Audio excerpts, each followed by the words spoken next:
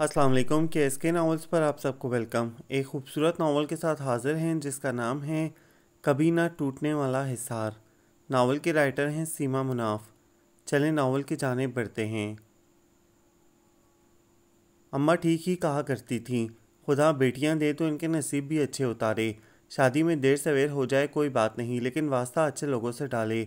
अम्मा के बाद वो भी इन्हीं की तरह दुआएं मांगा करती थी अपने सब बहन भाइयों के लिए। फरहा अपने घर की हो जाए, अच्छे लोगों में ब्याह जाए तो इसके कंधों का बोझ कितना हल्का हो जाए। मलीहा और मदीहा अभी छोटी थीं, लेकिन इन्हें बड़े होते क्या देर लगनी थी। लड़कियां जितनी जल्दी जवान होती हैं, इनकी जवानी की उम्र इतनी ही कम होती है। बुढ़ापा कितनी जल्दी इन्हें आन लेता है, जबकि मर्द 50 साल की उम्र में भी छैल छबीले लड़कों की तरह ब्याह करते नहीं चूकते। पहले अब्बा गए तो अम्मा का सहारा था, लेकिन उन्होंने इनके जाते ही यूं बिस्तर पकड़ा कि आखिरी दम तक फिर अपने पैरों पर खड़ी न हुई। छोटे से घर का आधा पोषण किराए पर ना उठाया होता और इसने स्कूल में नौकरी ना की होती तो शायद फाकू तक नौबत आ जाती। अरशद घर में वाहिद मर्द रह गया था, लेकिन जिम्मेदारियों के एहसास से कतई यारी। अम्मा और अब्बा ने इकलौती नरीना औलाद जानकर इसे हथेली का छाला बनाकर पाला था। सारी बहनें भाग भाग कर इसके नखरे उठाती। पानी पीने के लिए भी इसे गिलास उठाने की जहमत मजबूरन उठाना पड़ती कि माँ और बहनों का बस न चलता था कि इसे पानी भी अपने हाथ से पिलाते। खतीजा से 2 ही साल छोटा था वो, लेकिन घर के मसाइल से यकसर बेगाना था। बाप के बाद घर का खर्चा कैसे चलता है, माँ की बीमारी, इनकी दवाइयों का खर्चा, सबकी पढ़ाई, हर ज़रूरत कैसे पूरी होती है, इसने इस बारे में कभी सोचने की जहमत ही न की थी। बेटा पढ़ाई के साथ साथ कहीं जॉब भी तलाश करो, अकेली खतीजा कैसे पूरे घर का खर्चा चलाए। अम्मा ने एक दिन यूं ही बिस्तर पर लेटे लेटे कह दिया तो वो चौंक गया। जॉब? लेकिन अम्मा अभी कौन मुझे नौकरी देगा, अभी तो मेरा फाइनल ईयर है बीएससी का। ज़रूरत पड़े तो मैट्रिक के बाद भी नौकरी तलाश करना पड़ जाती है बेटा। लेकिन अम्मा घर का किराया भी तो आता है। कितना आता है बेटा? एक कमरा दिया हुआ है, इसका कितना किराया मिलेगा? खतीजा भी प्राइवेट स्कूल में पढ़ाती है। तुम्हारे अब्बा को सारी उम्र नौकरियां बदलने का शौक था, कहीं टिक कर नहीं बैठे। जो आज को जमा होकर मिल जाता, अब तुमको ही सोचना होगा। ये बहनें तुम्हारी जिम्मेदारियां हैं। मेरी जिम्मेदारियां? इसकी तो जैसे सांस अटक गई। इससे तो एक अपनी ज़ात की जिम्मेदारी ना उठाई जाती थी, ना कि इतनी ढेर सारी जिम्मेदारियां। अम्मा आप क्यों परेशान होती हैं? मैं कोई फुल डे की जॉब ढूंढ रही हूँ किसी ऑफिस में, फिर तनख्वाह भी बढ़ जाएगी। आप इसे परेशान ना करें, इसका फाइनल ईयर है। वो जो बहुत देर से इनकी बातें सुन रही थी बोल ही पड़ी। अरशद का चेहरा खिल सा गया और अम्मा के चेहरे पर पड़े तफक्कुरात के साए मजीद गहरे होने लगे। मजीद और बेटों के चक्कर में उन्होंने 3 बेटियां और पैदा कर डाली थीं। काश वो बच्चे 2 ही अच्छे वाली बात पर अमल करती तो आज सिर्फ खतीजा की जिम्मेदारी होती इन पर। इसे कहीं ब्याह कर वो आसानी से आंखें मूंद लेती। लेकिन खतीजा तो उनका बेटा बनी हुई थी। स्कूल की नौकरी के साथ साथ नई जॉब की तलाश, शाम में घर में ट्यूशन्स, घर की देखभाल, अम्मा का ख्याल।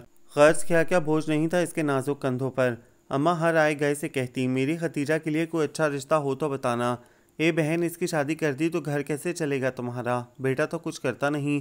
कोई साफ गो खातून कह उठती। अल्लाह मालिक है, कराया आता है, फिर कुछ दिनों बाद अरशद के फाइनल इम्तहान हो जाएंगे, वो कोई नौकरी ढूंढ लेगा। अम्मा सामने वाली के सच को कड़वे घूंट की तरह पी जाती। लड़के वाले मुंह भरकर जहेज मांगते हैं। कुछ जमा भी कर रखा है इनके अब्बा के दिनों में। हाँ, हस्बे तौफीक है, कोई अच्छा रिश्ता तो मिले। खतीजा अम्मा की बातें सुनती लेकिन खामोश रहती। इसे मालूम था इसे अच्छा रिश्ता कहीं से नहीं मिलेगा। मामूली शक्ल, मामूली हैसियत, वो मुतमईन हो जाती। इसे अभी शादी नहीं करनी थी। इसके रब ने इसे एक इम्तहान में डाला था, वो इस इम्तहान में पूरी उतरना चाहती थी। और एक दिन इसे अपने घर की देखने की आरज़ू में अम्मा ने भी आंखें मूंद ली। पहली बार इसे लगा वो खुली छत, खुले आसमान तले तन्हा रह गई हो। अम्मा बिस्तर पर थी, लेकिन इनका वजूद बहुत बड़ा सहारा था। फरहा, मलिहा और मदीहा घर में होती, इसे फिक्र नहीं होती थी। लेकिन अब सारा दिन वो एक माँ की तरह होले जाती। अरशद कॉलेज से आने के बाद घर में कब टिकता था, जाने कहाँ कहाँ फिरा करता था। देखो तुम लोग घर वापस आने के बाद ख्याल से रहा करो, दरवाजे पूछे बगैर कभी ना खोलना, वो इन्हें समझाती रहती। फ़रा फर्स्ट ईयर में थी, मलिहा 9वीं में और मदीहा 7वीं में। फ़रा फर्स्ट ईयर का प्राइवेट इम्तहान दे रही थी, जबकि मलिहा और मदीहा करीबी स्कूल जाया करती थीं। सबके जाने के बाद फ़रा घर में बिल्कुल अकेली रह जाती थी। वो तो आधे पोषण में रहने वाले मियाँ बीवी बहुत ख्याल रखने वाले थे, वरना शायद वो इतनी आसानी से अपनी नौकरी भी ना कर पाती। तुम फिक्र ना किया करो खतीजा, तुम्हारी बहनें मेरी छोटी बहनों की तरह हैं। एक एक बात का ध्यान रहता है मुझे, सफ़ीना भाभी कहती तो वो तशक्कर से इनके हाथ थाम लेती। अल्लाह के बाद आप लोगों का ही सहारा है मुझे सफ़ीना भाभी, नहीं तो मैं। इसकी आवाज़ भीग जाती। कभी कभी इसका जी चाहता वही वक्त वापस लौट आए जब बिस्तर पर लेटते ही इसे गहरी नींद आ जाया करती थी। सुबह अम्मा स्कूल के लिए उठाती तो बड़ी मुश्किल से इसकी आंखें खुल पाती। खुदा जाने क्या हशर होगा इस लड़की का। नींद की इस कदर माती है कि हद नहीं। अम्मा इसे उठा उठा कर थक जाती। सोने दो खतीजा की माँ, फिर तो सारी उम्र की जिम्मेदारियां हैं, फिर कहाँ होगी ऐसी नींद। अब्बा कहते, यही आदत रही तो जूते खाएगी ससुराल में। मियाँ अलग खफा होगा, अम्मा बड़बड़ाती। लेकिन क्या मालूम था कि आने वाले वक्त में हल्के से खटके से वो चौंक जाया करेगी। सुबह सवेरे अलार्म की पहली आवाज़ पर बिस्तर छोड़ दिया करेगी। देखिए अम्मा आकर, आपके जाने के बाद कैसी हो गई है मेरी नींद। नींद लाने की कोशिश में इसका थका हुआ जहन मजीद छल हो जाता। और वो रात तो वो कभी ना भुला सकती थी जब पूरे घर में 4 नफूस के होने के बावजूद तन्हाई के खौफ से वो चारों जाग रही थीं। दूसरे दिन छुट्टी थी और अरशद का बराबर पड़ोस में फ़ोन आ गया था कि वो आज रात घर नहीं आएगा, क्योंकि सब दोस्तों का किसी दोस्त के घर रात भर कार्ड्स का प्रोग्राम था। फ़ोन मदीहा सुनकर आई थी। शाम में खतीजा के ऑफिस से आने के बाद जब इसने बताया तो वो बुरी तरह परेशान हो गई। कब आया था फ़ोन, कहाँ से किया था इसने? पहले तो कभी नहीं रुका वो यूं अचानक। तुमने कहा नहीं कि हम अकेले कैसे रहेंगे रात भर? उन्होंने कुछ नहीं बताया, बस ये कहा कि किसी दोस्त के घर से फ़ोन इसलिए कर दिया है कि हम लोग परेशान ना हो, मदीहा ने बताया। लेकिन अब इसके रात को ना होने से जो हम परेशान होंगे इसे एहसास नहीं है इसका। पहली बार इसे भाई की लापरवाही पर गुस्सा आने लगा। छोड़ें आप ही, चलें खाना खाएं।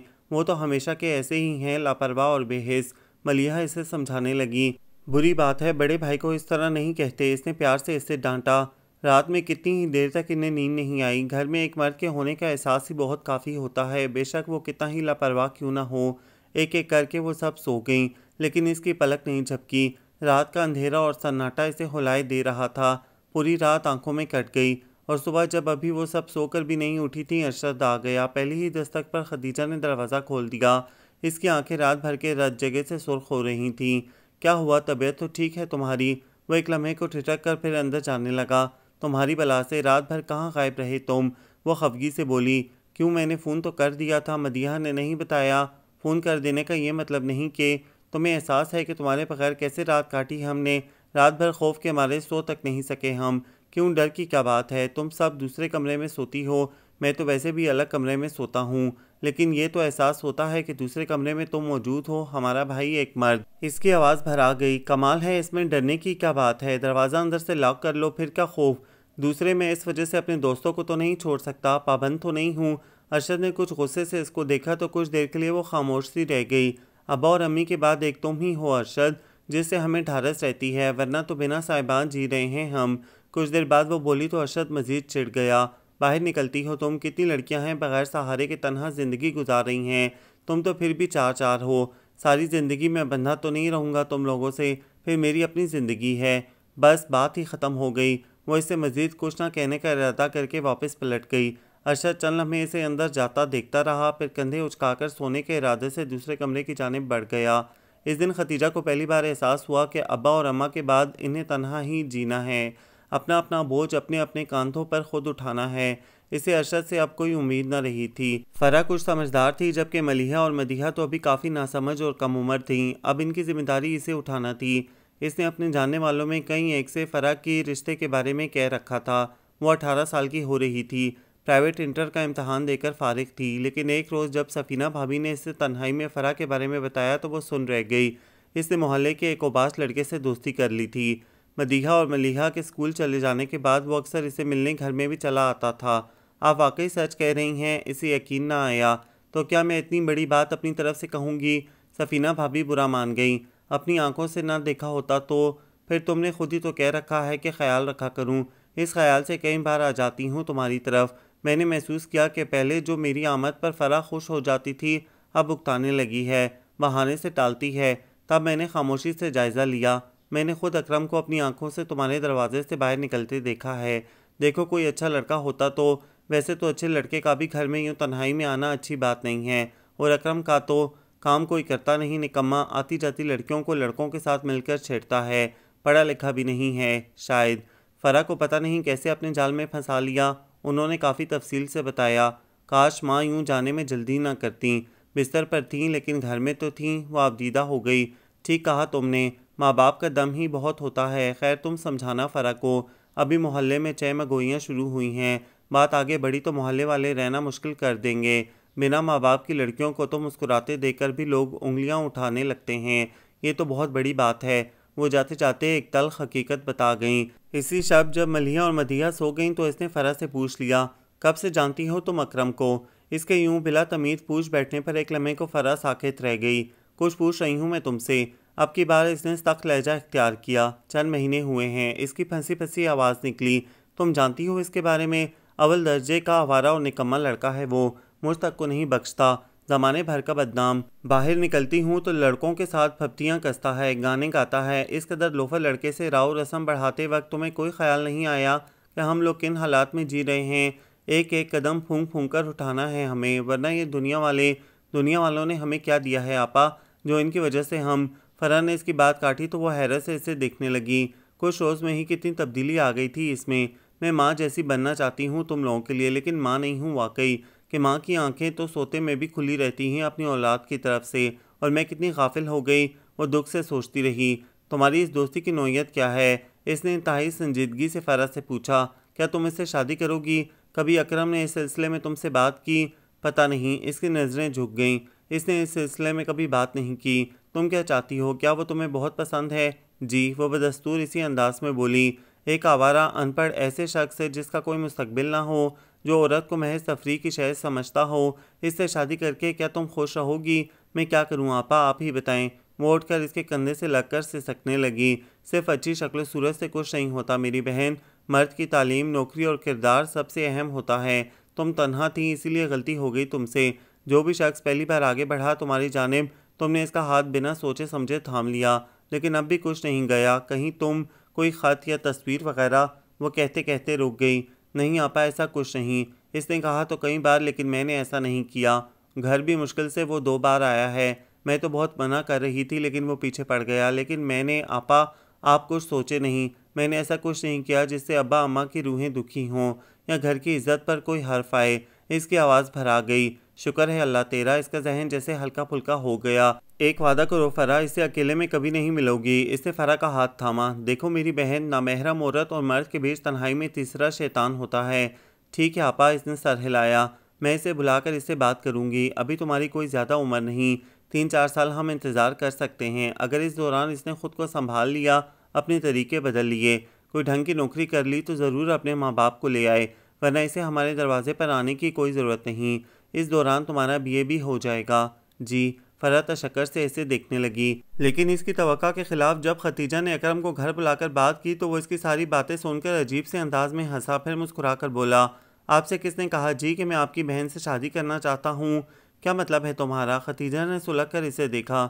मुझे तो आप पसंद है, मैं तो आपकी वजह से यहाँ। उठो उठो फ़ौरन, निकलो यहाँ से। तुम्हारी हिम्मत कैसे हुई ये बकवास करने की? वह एकदम हत्थे से उखड़ गई।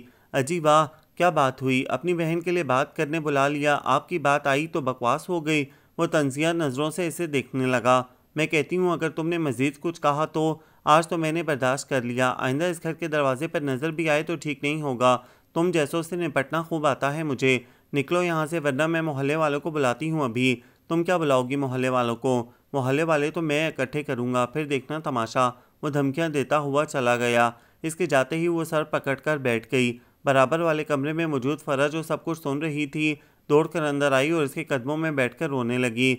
मुझे माफ़ कर दें आपा, मेरी वजह से आज आपको ये सब सुनना पड़ा। प्लीज़ आपा उठो, कोई बात नहीं। शुक्र है किसी मसले के खड़ा होने से पहले ही ये मसला निपट गया।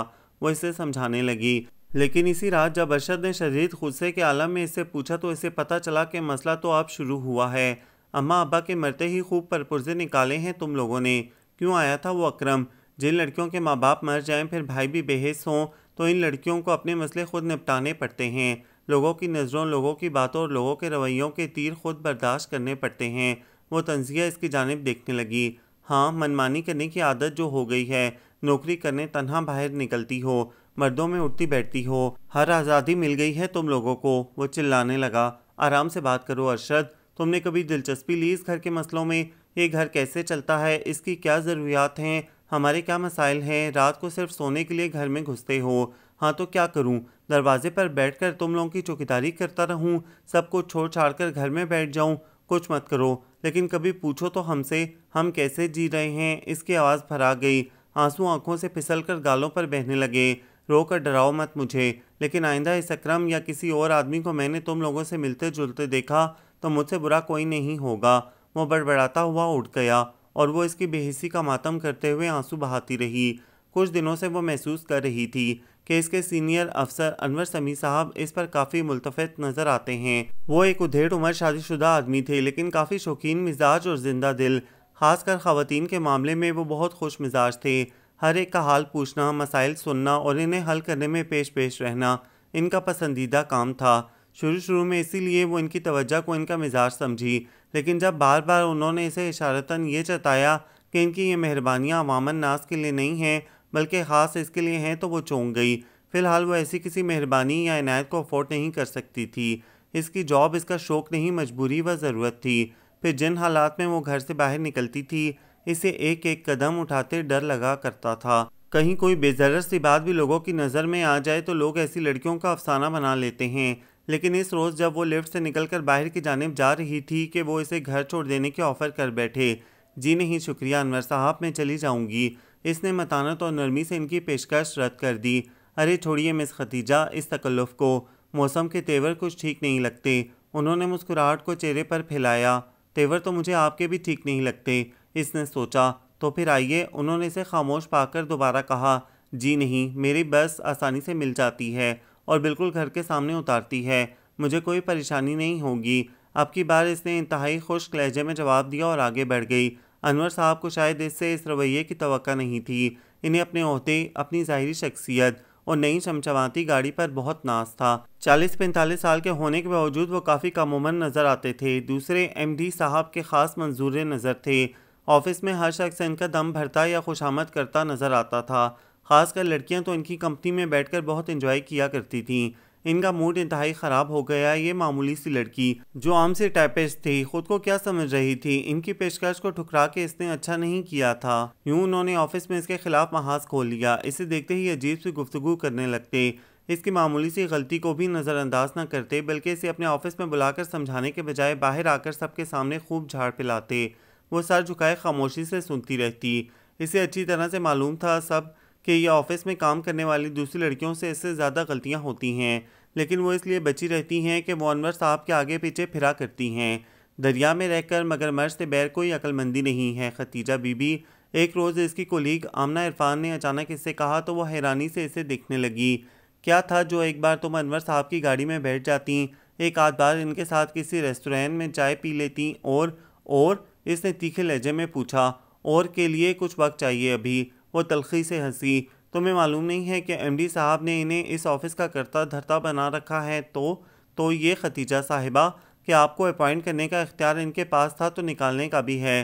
फिर तुमने यहाँ काम करने वाली लड़कियों में एक मुश्तरका बात नोट की कि यहाँ हर लड़की कोई मजबूत फैमिली बैकग्राउंड नहीं रखती। हर एक नौकरी अशद ज़रूरत के तहत कर रही है। हम में से कोई भी इस नौकरी को हाथ से गंवाना नहीं चाहती, क्योंकि यह हमारी मजबूरी है और इस मजबूरी का फ़ायदा उठाना अनवर साहब का पसंदीदा खेल। ओह, इस तल्ख हकीकत पर इसकी सांस अटक गई। तुम इससे पहले कहाँ जॉब कर रही थीं? एक मल्टीनेशनल कंपनी थी, लेकिन वहाँ का माहौल ठीक नहीं था। यहाँ वैकेंसीज़ निकली तो मैंने यहाँ अप्लाई कर दिया और मुझे रख लिया गया। अभी मुश्किल से 10 माह पहले तो इसने ये कंपनी ज्वाइन की थी। तो आपके ख्याल में यहाँ का माहौल ठीक है? वैसे तुम्हारे लिए यही बेहतर होगा कि तुम अनवर साहब के सामने या तो घुटने टेक दो, नहीं तो किसी और नौकरी की तलाश शुरू कर दो। आमना ने कहा तो वो खामोश बैठी रह गई। फिलहाल वो इस पोजीशन में नहीं थी कि एकदम नौकरी छोड़ देती, और नई नौकरी तलाश करना भी कुछ ऐसा आसान ना था। घर में फरहा ने 2-1 बार पूछा भी कि इन दिनों वो क्यों परेशान नज़र आती है, तो वो टाल गई। फिलहाल वो अपनी इस उलझन और मुश्किल में किसी और को नहीं डालना चाहती थी। जब तक अनवर साहब अपनी झुंझलाहट से इसे डांट कर निकाल रहे थे, तब तक वो मुतमईन थी। हाँ, अगर वो इससे आगे बढ़ते तो परेशानी की बात थी और इसे कुछ और सोचना पड़ता। इस रोज़ जब सब लंच के लिए उठ गए तो इसने बैग खोलकर सैंडविच निकाला और इसे आहिस्ता आहिस्ता खाते हुए अपने आइंदा के लाहिया अमल के बारे में सोचने लगी। अगर आप इजाज़त दें तो मैं यहाँ कुछ देर बैठ सकता हूँ। इसने सर उठाया। सामने अहमद आदिल खड़ा था। फरमाइए। इसने इसे बैठने की इजाज़त देने के बजाय संजीदगी से पूछा। आपके लिए जॉब छोड़ देना बेहतर होगा, वो भी इंतहाई संजीदगी से कहने लगा। वजह? इसके आबरू चढ़े। अनवर रफ़ी साहब, चूँकि आप इनकी तवक्कात पर पूरी नहीं उतरी, इसलिए इससे पहले कि आपको यहाँ से निकाला जाए, आपको ख़ुद ये जॉब छोड़ देनी चाहिए। वो शायद बहुत सी बातों का इल्म रखता था, लेकिन फ़िलहाल मैं वो कहते कहते रुक गई। वो इससे किस तरह कह सकती थी कि ये जॉब इसकी अशद ज़रूरत है। आज का जंग जाकर देखिएगा, एक अच्छी वैकेंसी आई है। मेरा ख्याल है कि आप मुंतखब हो जाएंगी। वहाँ का माहौल भी बहुत अच्छा है। मेरा अपना एक दोस्त वहाँ जॉब करता है, वो आपकी बहुत मदद करेगा। बाकी मानना न मानना आपका काम है। वो वापस जाने के लिए मुड़ा तो वो पीछे से पुकार बैठी, सुनिए, क्या मैं पूछ सकती हूँ इस इनायत की क्या वजह है? वो रुका, पलट कर इसे देखा, फिर एक बेरया सी मुस्कुराहट इसके लबों पर सज गई। जब इंसान अच्छाई की तरफ से बिल्कुल मायूस हो जाए और उसे अचानक से अंधेरे में नेकी की एक किरण नजर आ जाए तो इसके चारों सिमत उजाला फैल जाता है, और मैं इस किरण को मिटते नहीं देखना चाहता। वो मजीद ठहरा नहीं। इसके जाने के बाद खतीजा को जाने क्यों ऐसा लगा जैसे इसके दिल को एक इत्मीनान ने घेर लिया है। अहमद आदिल इसके साथ यहीं काम करता था। इंतहाई खामोश, अपने काम से काम रखने वाला शख्स था। किसी से फालतू बात करना तक इसकी आदत में शामिल नहीं था। ऑफिस की शोखो तरार लड़कियां इसकी अच्छी पर्सनैलिटी की वजह से पहले इसकी जानिब बढ़ती थीं, लेकिन फिर इसका सर्द रवैया देखकर मुंह बनाकर पलट आती थीं। मगरूर, खुद परस्त, बदमिजाज और जाने किन किन खताबात से नवाजा करती थीं, लेकिन इसे इन सब बातों की परवाह नहीं थी। घर आकर भी वो ना चाहते हुए भी इसके मुतालिक सोचती रही। जाने इसमें इसकी क्या गर्ज थी जो वो यूं इसे समझाने फिर नई जॉब तलाश करने की हिदायत देने चला आया था। बुरी बात है खतीजा बेगम, इसने खुद को डांटा। दुनिया में हर शख्स तो रयाकार और खुदगर्ज नहीं। अब अगर सारे ऐसे हो जाएं तो दुनिया से मुरवत, लिहाज और खलूस का नाम ही मिट जाए और ये दुनिया फ़ौरन ख़त्म हो जाए। दूसरे रोज़ वो अहमद आदिल की बताई हुई जगह पर इंटरव्यू देने पहुंच गई। वहां पहुंचकर इसे बहुत मायूसी हुई क्योंकि वहां काफ़ी और एक से एक लड़कियां आई हुई थीं। बहरहाल इंटरव्यू लेने वाले अशखास से मिलकर वो खासी मुतमईन हुई। सब इंतहाई बुर्दबार और सुलझी हुई शख्सियत के मालिक थे। अल्लाह करे ये जॉब मुझे मिल जाए। इसने कमरे से बाहर निकलते हुए दिल से दुआ की, और शायद वो कबूलियत की घड़ी थी जो एक हफ्ते बाद ही इसे अपॉइंटमेंट लेटर मिल गया। शुक्राने के नफल पढ़कर इसने अपना इस्तीफ़ा लिखा और दूसरे रोज़ ही अपना इस्तीफ़ा दे डाला। अब इसे मजबूरन बाकी मुद्दत यहाँ गुजारनी थी जिसकी वो पाबंद थी। इसके बाद वो आज़ाद थी। दोपहर तक हस्ब तवक्का अनवर साहब ने इसे अपने ऑफिस बुला लिया। क्या मैं इस इस्तीफ़े की वजह पूछ सकता हूँ? उन्होंने इसे बैठने तक को नहीं कहा और शुरू हो गए, ये मेरा ज़ाती मसला है, मैं अब मज़ीद ये जॉब करना नहीं चाहती इसलिए। इसने इंतहाई इत्मीनान से जवाब दिया, आपने अपने इस्तीफ़े में कोई वजह नहीं लिखी सिवाय लफ्ज़ पर्सनल के। इस तरह आपका इस्तीफ़ा मंजूर नहीं किया जा सकता जब तक कोई माकूल वजह ना हो। मैं इसकी ज़रूरत नहीं समझती कि इसमें असल वजह लिखूँ। इसने असल वजह पर जोर दिया। फिर भी आप बज़ेद हैं तो साफ साफ लफ्ज़ों में सुनिए, इसकी असल वजह आप हैं। मैं वो इंतहाई अनजान और मासूम बन गए। जी हाँ, आपको अगर अल्लाह ताला ने एक अच्छा मकाम या आला इख्तियार दिया है अनवर साहब, तो इसका नाजायज़ फ़ायदा मत उठाइए। जब एक लड़की या औरत घर से बाहर नौकरी करने निकलती है तो इसकी वजह हमेशा शौक़ या वक्त गुजारी नहीं होती। ज़्यादातर औरतें ज़रूरत के तहत घर से बाहर कदम निकालती हैं। इन्हें देखकर भेड़िए की तरह दांत न कोस कर बैठ जाना मर्द की कमज़ोरी होता है, लेकिन औरत को इससे बचना खूब आता है, और जिन्हें नहीं आता वो ख़ुद अपनी हिफाजत नहीं करना चाहती। किसी मजबूरी के तहत गलत रास्तों पर कदम उठाना इनकी हमाकत होती है। हालात और आप जैसे मर्दों से घबराकर गलत रास्तों पर पड़ जाना हर लड़की की फितरत नहीं होती। गुस्से की वजह से इसके मुंह से बेरब जुमले अदा हो रहे थे।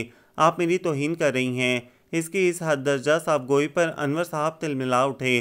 फिर एक मामूली लड़की की ये मजाल कि इनके अपने ऑफिस में इन पर यूं कीचड़ उछाल जाए।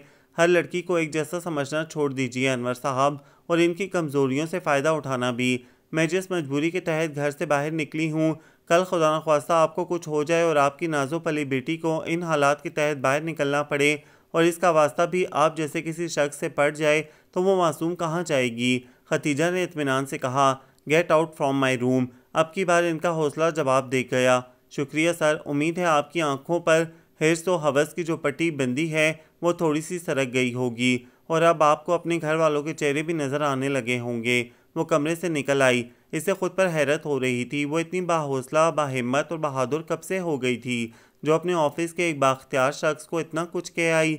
शायद इसकी वजह ये हो कि अब इसे यहाँ नहीं रहना था। नई जॉब मिल जाने की वजह से इसकी एक कमज़ोरी ख़त्म हो गई थी। कह तो बहुत कुछ दिया था लेकिन अब इसे डर लग रहा था। अभी कुछ वक्त इसे मजबूरन यहाँ गुजारना था।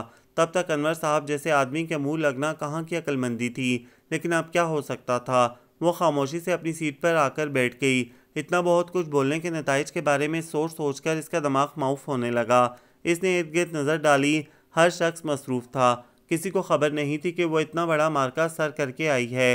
अनवर साहब को खरी खरी सुनाना यकीनन नामुमकिनात में था। परेशान होने की ज़रूरत नहीं है कतई। करीब से अहमद आदिल की धीमी आवाज़ उभरी तो वो चौंक गई। वो पास ही खड़ा था। मैंने इस्तीफ़ा दे दिया है, इसने आहिस्ता से बताया। गुड, ऐसा तो करना था। फिर परेशान क्यों हो रही हैं? अनवर साहब ने मुझे अपने ऑफिस में बुलाया था। मैंने इन्हें खूब सुनाया, शायद कुछ गलत भी हो, लेकिन नहीं, मैंने एक बात भी गलत नहीं की। जाने मुझ में इतना हौसला कहाँ से आ गया। इसने एक नज़र अहमद आदिल की आंखों पर डाली। ओह, एक लम्हे को वो साकित सा हुआ, फिर अगले ही लम्हे धीरे से मुस्कुराया। अच्छा किया, बंदे को अपने दिल की भड़ास ज़रूर निकाल लेनी चाहिए अगर वो हक पर हो। फिर आपको यहाँ कौन सा रहना है जो परेशानी हो? कोई तो हो जो इन्हें आईने में इनकी बदसूरत शक्ल दिखाए। इसकी बातों पर खतीजा के दिल में उभरता इसराब फिर से ठहरने लगा। जाने क्या था इस शख्स की बातों में, एक इत्मीनान सा होने लगता था। शुक्रिया, आपने इस वक्त मुझे बड़ी ढाढ़स दी है, इसने तशकराना लहजे में कहा। इंसान खुद ठीक राह चल रहा हो, मुतमईन हो तो ढाढ़स इसे ऊपर वाला देता है। हमेशा इसी से मदद मांगिए, आप कभी मायूस हो नाकाम नहीं होंगी। वह एक गहरी नज़र इस पर डालकर जिस तरह आया था इसी तरह पलट गया।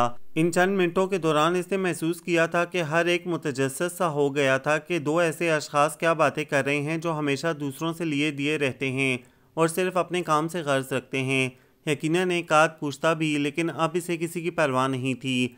फिर यूं हुआ कि इसे इसी रोज़ फारिग कर दिया गया। इसके सब ड्यूज क्लियर कर दिए गए। शायद अनवर साहब को खौफ था कि वो जो कुछ आज इन्हें बंद ऑफिस में सुना कर गई है, कल सबके सामने सुना बैठी तो वो क्या करेंगे। इन्हें एहसास हो गया था कि इस्तीफ़ा देने के बाद इसमें हौसला आ गया है, क्योंकि अब इसे अपनी नौकरी की परवाह तो थी नहीं कि बंदा नौकरी करते वक्त काफ़ी मोहतात रहता है। इस रोज़ ऑफिस से निकल कर कितने अरसे बाद वो बाज़ार गई। सब बहनों और अपने लिए एक एक लॉन का सूट ख़रीदा। अरशद के लिए सफ़ेद लॉन का कुर्ता और कॉटन की शलवार का सिला सिलाया सूट लिया। कुछ खाने पीने की चीज़ें लीं और जब वो घर पहुंची तो शाम के साए गहरे हो रहे थे।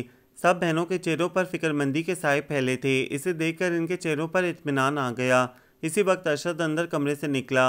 ये तुम्हारे घर आने का वक्त है, 7:30 बज रहे हैं, बहुत आज़ादी मिल गई है तुम्हें। इसके अल्फाज भाला बनकर इसके वजूद पर गिरे। वो हक्का बक्का होकर इसे देखने लगी। भाई, फरा ने इसे टोकना चाहा। खामोश रहो तुम, मैं कुछ कहता नहीं हूँ तो इसका मतलब ये है कि तुम लोग जो जी चाहे करती फिरो। जब 6 बजे हमेशा ये घर पहुँच जाती है तो आज कहाँ थी? जाहिर है कोई पूछने वाला जो नहीं है। इसने सब चीज़ें वहीं सहन में बिछे तख्त पर रखी और आंखों में आंसू लिए चुपचाप अंदर चली गई। आपको ऐसा नहीं कहना चाहिए था भाई। आपको क्या पता नहीं कि वो हमारे लिए कितनी मेहनत करती हैं। ये चीज़ें तो देखिए फराबाजी, आपा हम सब के लिए सूट लाई हैं और ये केक समोसे वगैरह। शायद आपा की प्रमोशन हुई है, इसी खुशी में उन्होंने ये ख़रीदारी की है। इसी में देर लग गई होगी। मलिहा जो लिफाफे देकर तजस्सुस में इन्हें खोल रही थी बोली। अरशद का दिल लम्हा भर को शर्मिंदा हुआ, फिर अपनी अजली झिटाई से कहने लगा, तो बता नहीं सकती थी? आपने इन्हें मौका कब दिया? चले अंदर चलकर माफ़ी मांगिए इनसे। फरा ने कहा तो वो हैरत से इसे देखने लगा। माफ़ी? माफ़ी किस बात की? मैं भाई हूँ तुम लोगों का। तुम लोग क्या करती हो, कहाँ रहती हो, इसकी खबर रखना, पूछ गुछ करना मेरा फ़र्ज़ है। अच्छा, बड़ी जल्दी फ़र्ज़ याद आया आपको? फरा ने तंजिया कहना चाहा, लेकिन बात बढ़ जाने के ख्याल से खामोश रही। मैं बुलाती हूँ इन्हें। वो अंदर चली गई। फरा के कहने पर वो बाहर तो आ गई थी, लेकिन जितनी खुशी खुशी इसने सब के लिए ख़रीदारी की थी, वह एहसास अब ख़त्म हो गया था। इसका दिल बुझ सा गया था। फिर चाय पीने के दौरान इसने इन्हें बताया कि इसने ये जॉब छोड़ दी है। कल से वो एक नई कंपनी ज्वाइन कर रही है। पुरानी कंपनी से इसे इसकी जमाशुदा थोड़ी सी रकम मिली थी, जिससे वो इनके लिए ये सब चीज़ें ले आई। नौकरी छोड़ने की वजह? अरशद ने अचानक पूछा। वहाँ का माहौल अच्छा नहीं था। इसने इसकी जानिब देखे बिना जवाब दिया। फिर इतने अरसे तक क्यों करती रही वहाँ जॉब? लहजा इस कदर तंजिया था कि इसका हलक तक कड़वा हो गया। इसलिए कि इस वक्त तक मुझे दूसरी नौकरी नहीं मिली थी। इसलिए कि मुझे नौकरी का शौक़ नहीं, बल्कि ये मेरी ज़रूरत है। इसलिए कि मेरा जवान भाई अपनी जिम्मेदारियों को नहीं समझता और मैं अपनी बहनों को भूखा मरते नहीं देख सकती। इसका हौसला जवाब दे गया था। फिर वो पहले ही अनवर साहब की वजह से इस कदर टेंशन में थी, ऊपर से अरशद की बातें। हाँ, एक तुम ही खिला रही हो हमें। वो गुस्से से एकदम धाड़ा। बहुत धौंस जमाती हो अपनी कमाई का। मैंने ये नहीं कहा। मैं जो कुछ भी कर रही हूँ अपना फ़र्ज़ समझकर कर रही हूँ, और तुम इसमें मेरा हाथ नहीं बटा सकते तो खुदा के लिए मेरी राह में रोड़े भी ना अटकाओ। मुझ पर अपनी उल्टी सीधी बातों से ज़िंदगी मुश्किल ना करो। वो कहते कहते ज़ोर ज़ोर से रोने लगी। रो कर डराने की ज़रूरत नहीं है। तुम नौकरी ना करो तब भी गुजारा चल सकता है हमारा। हाँ 1500 में। अब की बार फरहा ने भी लब खोले। क्या आपको मालूम नहीं है भाई कि इतने लोगों की ज़रूरियात कितने पैसों में पूरी होती हैं? क्या कराए कि 1500 काफ़ी हैं इसके लिए? तो क्यों बढ़ा रखी हैं तुमने अपनी ख्वाहिशात? इसका अंदाज बदस्तूर था। ख्वाहिशात? वह इसकी बात पर हैरत से इसे देखने लगी। यहाँ तो ज़रूरियात पूरी नहीं होती, तुम ख्वाहिशात की बात करते हो? किस दुनिया में रहते हो तुम? सारे बिल, खाना पीना, पढ़ाई के अखराजात वगैरह क्या 1500 में पूरे हो सकते हैं? फिर इनकी शादियां भी करनी हैं, कुछ जमा भी करना है या नहीं? अभी से फिक्र करने की क्या ज़रूरत है? इसकी लापरवाही अरूज पर थी। अभी से? सफीना भाभी जो कब से अपने कमरे में इनकी बातें सुन रही थी, दरवाज़ा खोलकर बाहर निकल आईं। खतीजा की शादी की उम्र निकली जा रही है। फरहा भी अब इस उम्र में है कि इसकी शादी हो जानी चाहिए, और बाकी दोनों को बड़े होने में क्या देर लगनी है। काश तुम थोड़े से जिम्मेदार होते तो इस वक्त खतीजा की शादी की फिक्र करते, ना कि इसे घर चलाने के लिए नौकरी करनी पड़ती। सफीना भाभी की तल्ख व सच्ची बातें अरशद को मज़ीद सुलगा गईं। आपसे किसने कहा है कि हमारे मामलात में बोलने को? किराएदार हैं, रिश्तेदार बनने की कोशिश ना करें। सफीना भाभी तो इसके इस जवाब के लिए जैसे तैयार बैठी थी। मुझसे तुम्हारी माँ ने कहा था कि इन बच्चियों का ख्याल रखूं। मरने से पहले चंद घंटे मुझे उन्होंने अपने पास बिठाकर बस एक ही बात की थी कि मेरी बेटियां खुदा के बाद तुम्हारे हवाले हैं। मैं गैर थी, लेकिन इन्हें मुझ पर भरोसा था। तुमसे तो वो बहुत मायूस थीं, वरना मरते वक्त इस कदर परेशान न जाती ऊपर। सुनो खतीजा, अपनी रूटीन बदलो और इन खातून से कहो हमारे घर के मामलात में ना घुसें, वरना मुझसे बुरा कोई ना होगा। वो बड़बड़ाता हुआ घर से बाहर निकल गया। सारी बहनें रोने लगीं। इन्हें इससे पहले भी कोई उम्मीद ना थी, लेकिन आज तो इन्हें यकीन हो गया था कि वो बिना माँ बाप और बिना भाई के इस दुनिया में बिल्कुल तन्हा हैं। मत रो बेटा, नीचे कोई नहीं, ऊपर तो अल्लाह है, और अगर समझो तो तुम लोगों के बहुत नज़दीक। भाइयों का सहारा ढूंढने के बजाय लड़कियां अपना बोझ खुद उठाएं तो अच्छा है। सफीना भाभी आगे बढ़कर इन्हें समझाने लगीं। कुछ नहीं करते ना सही, हम कौन सा इनसे कुछ मांग रहे हैं, लेकिन हमारे लिए परेशानियां तो खड़ी ना करें। फरहा ने गुलगीर अंदाज में कहा। कोई बात नहीं बेटा, समझने की बात है। वैसे भी किसी से ज़्यादा उम्मीद नहीं लगानी चाहिए सिवाय माँ बाप के। सब सहारे आर्जी होते हैं। एक माँ बाप ही होते हैं जो हमेशा अपनी औलाद को अपने सीने से लगाए रखते हैं, इनकी एक एक ज़रूरत और ख्वाहिश का ख्याल रखते हैं। यहाँ तो माँ बाप सारी ज़िंदगी करें, लेकिन बुढ़ापे में इन्हें अपनी सगी औलाद से कोई उम्मीद नहीं होती। ऐसा ही नफसा नफसी का ज़माना है। सफ़ीना भाभी के बार बार समझाने पर वो सब कुछ शांत हुई। अच्छा भाई, वो कपड़े तो दिखाओ जो खतीजा लाई थी तुम लोगों के लिए, उन्होंने माहौल को बदलने की गर्ज से कहा। और फिर वाकई कुछ देर बाद वो थोड़ी देर पहले की कल्फत भूलकर अपने अपने सूट इन्हें दिखाने लगी। वो अपनी इस नई जॉब से बहुत खुश थी। वहाँ का माहौल लड़कियों के लिए बहुत साजगार था। अहमद आदिल के लिए इसके दिल से बार बार दुआएं निकलती। जाने कहाँ होगा वो और कैसा। कई बार दिन में इसका ख्याल जहन में आता। कहीं भी हो, मुझे क्या मतलब, वो खुद को समझाती। लेकिन जाने क्यों रात को सोने के लिए लेटते ही छम से इसका ख्याल, इसकी बातें, इसका चेहरा इसकी बंद पलकों में आ टिकता। फिर वो इसे सोचते सोचते जाने कब नींद की वादियों में गुम हो जाती। कोई मुश्किल होती तो वो तसव्वुर में इसे मसले का हल पूछती, फिर खुद ही कोई हल ढूंढ कर मुतमईन हो जाती। कोई खुशी मिलती तो खुश खुश इसे सब बताती। जाने कैसा अजीब सा हाल हो गया था इसका। कभी कभी तो अपनी हमाकत पर बहुत हंसी भी आती थी, लेकिन और जब तसव्वुर हकीकत बनकर इसके सामने आया तो वो कुछ लम्हों को कंग रह गई। क्या पहचाना नहीं आपने? वो इसकी मेज़ के ऐन सामने खड़ा था। जी नहीं, लेकिन आप यहाँ कैसे? वो खुद को संभाल कर पूछने लगी। मैं अपने दोस्त जीशान से मिलने आया था, यहीं आपके ऑफिस में होता है। जी हाँ, काफ़ी मदद करते हैं वो, और जहाँ तक मैं समझती हूँ मेरी यहाँ जॉब के सिलसिले में भी उन्होंने काफ़ी कोशिश की, वरना मुझ जैसी आम टाइपिस्ट को इतनी अच्छी जॉब इतनी आसानी से कहाँ मिल सकती थी। वो इंतहाई संजीदगी से कहने लगी। आप तो बैठने को कहेंगी नहीं। अच्छा मैं चलता हूँ। वो बात बदलने की गर्ज से मुस्कुराकर इसे जताने लगा। ओ आई एम सॉरी, बैठिए, मैं तो यूं भी फारिग हूँ, अभी अभी लंच टाइम हुआ है। वो गड़बड़ा कर बोली। जी हाँ, मैं इसीलिए इस वक्त आपके पास आया था। कहिए, दिल लग गया यहाँ आपका? वो बैठते हुए बोला। दिल लगने का क्या सवाल, नौकरी करना है। शुक्र है कि यहाँ का माहौल और यहाँ के लोग बहुत अच्छे हैं। दरअसल एमडी साहब खुद बहुत अच्छे हैं, हर एक के काम पर नज़र रखते हैं, इसलिए यहाँ अनवर रफ़ी साहब जैसे लोगों का गुज़र है नहीं। ये अच्छी बात है, शुक्र है अल्लाह का। वो जवाबन मुस्कुराया। आप लंच करेंगे? मैं कुछ मंगवाती हूँ आपके लिए। नहीं, मैं चलता हूँ अब, जल्द मुलाकात होगी। वो एकदम उठ खड़ा हुआ। जल्द? लेकिन कब? वो पूछना चाहती थी, लेकिन जब्त करके खामोश रही। फिर वो चला गया। कितनी देर तक वो डिस्टर्ब रही। घर आकर भी इसका खोया खोया अंदाज सब बहनों के लिए परेशानी का सबब बनता रहा, लेकिन वो अपने आप में कहाँ थी। इस शख्स ने इससे इसका आप छीन लिया था, और दूसरे ही रोज़ जब वो तेज़ी से ऑफिस की सीढ़ियाँ चढ़ रही थी, इससे टकराव हो गया। वो भी ऊपर ही जा रहा था। वो हैरान रह गई। अभी कल ही तो आया था, आप इतनी सुबह। अच्छा, वो हंसा। आप भी तो इतनी सुबह मौजूद हैं। लेकिन मैं तो यहाँ जॉब करती हूँ, ये मेरे ऑफिस टाइमिंग्स हैं, तो मैं भी यहाँ जॉब कर रहा हूँ आज से। इसने बराह रास्त खतीजा की आंखों में झांका। वाकई वो अपने चेहरे और लहजे से अपनी खुशी को ना छुपा सकी। मुलाकात रहेगी अब तो रोज़ ही। इसकी खुशी को महसूस करके वो मुस्कुराया। जी हाँ, ज़रूर। इसकी मायने खेज मुस्कुराहट पर वो गड़बड़ा सी गई। फिर इसी घबराहट में एक साथ कई सीढ़ियाँ चढ़ते हुए ऊपर गायब हो गई। इस तरह वो इससे अपनी कैफियत छुपाना चाहती थी। अहमद इसे जाता दिखता रहा। वो आम सी इस लड़की से जाने क्यों मुतासर हो चला था, लेकिन ये सिर्फ पसंदीदगी थी या मोहब्बत, अभी जान नहीं पाया था। लेकिन रोज़ इसे देखकर आहिस्ता आहिस्ता इसे एहसास हुआ कि ज़िंदगी के साथी के लिए जो तस्वर इसके जहन में है, वो इस पर पूरी उतरती है। बेइंतहा सुलझी हुई, पुरवकार और सादा शख्सियत की मालिक। एक दो बार वो यूं ही लंच टाइम में इसके पास आकर बैठ गया था। कुछ तकल्लुफ़ की दीवार गिरी तो वो एक दूसरे के बारे में जान पाए थे। वो अपने वालिदैन का इकलौता बेटा था। खाते पीते घराने से ताल्लुक़ था। जबकि खतीजा ने अपने बारे में भी इंतहाई ईमानदारी से सब कुछ बता दिया था कि माँ बाप के बाद घर इसी की नौकरी की बदौलत चलता है, यानी आपका एक अरसा इंतज़ार करना पड़ेगा। इसकी बातें सुनकर वो बेसाख्ता बोला तो वो हैरान होकर इसे देखने लगी थी।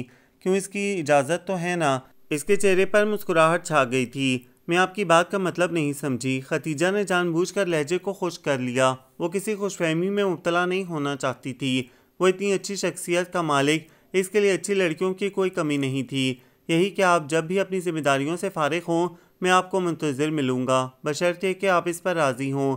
वो भी संजीदा हो गया। और तब तक मैं आपके लिए वक्त गुजारी का सामान बन जाऊँ। वो एकदम तल्ख हो गई।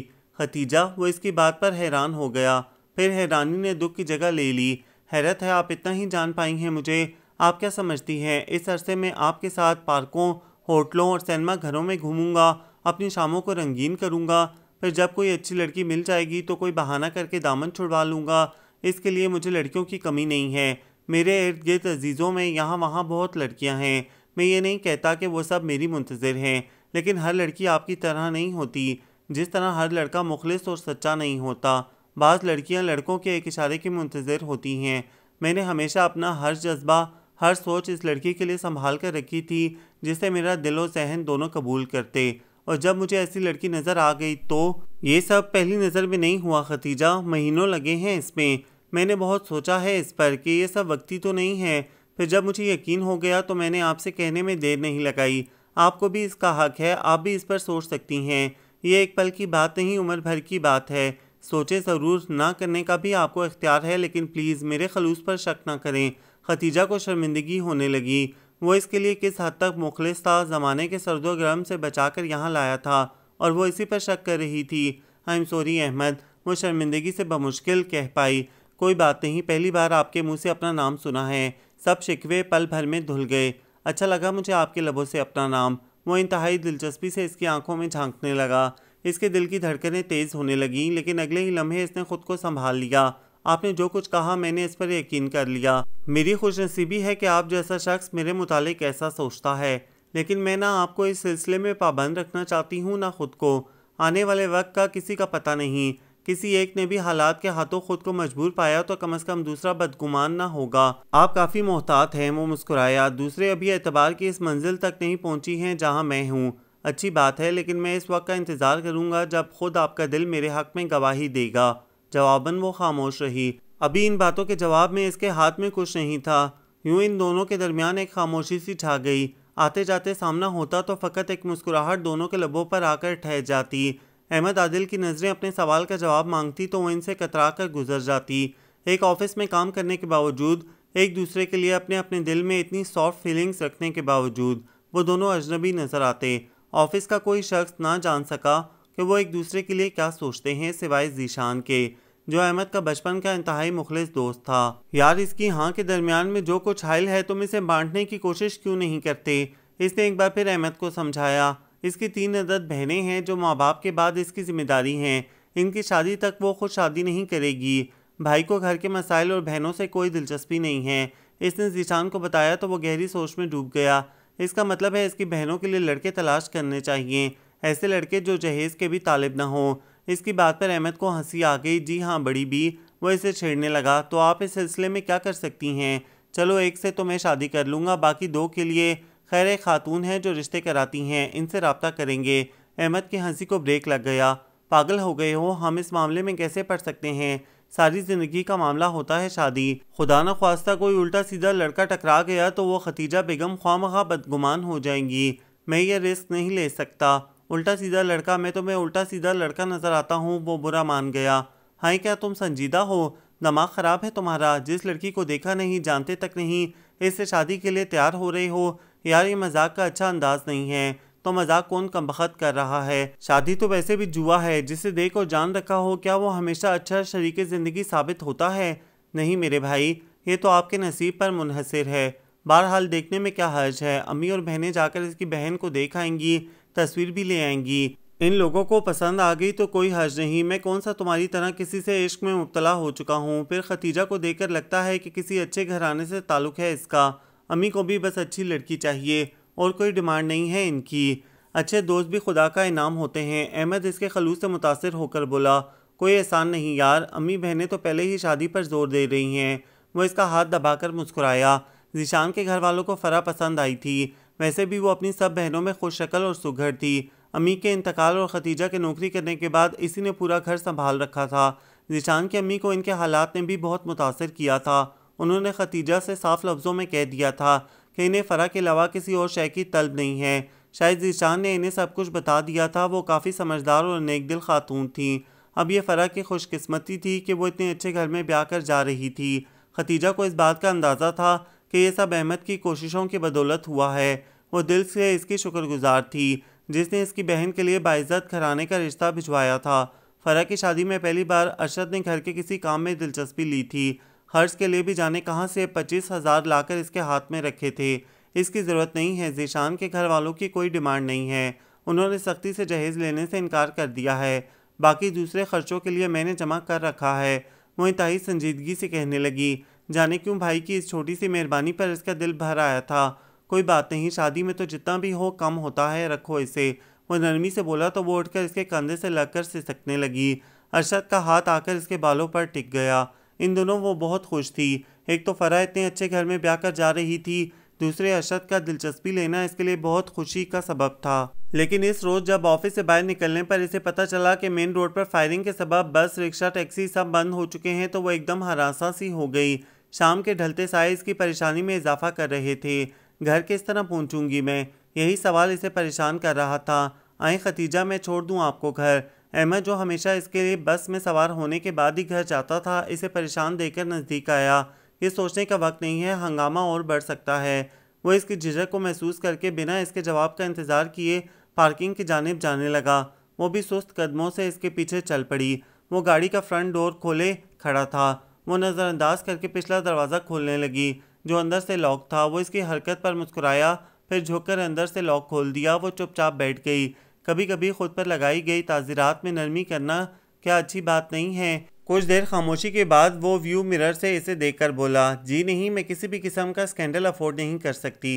वो हमेशा की तरह मोहतात अंदाज में बोली। इसकी बात पर वो यकदम खामोश हो गया। फिर पूरे रास्ते वो कुछ नहीं बोला।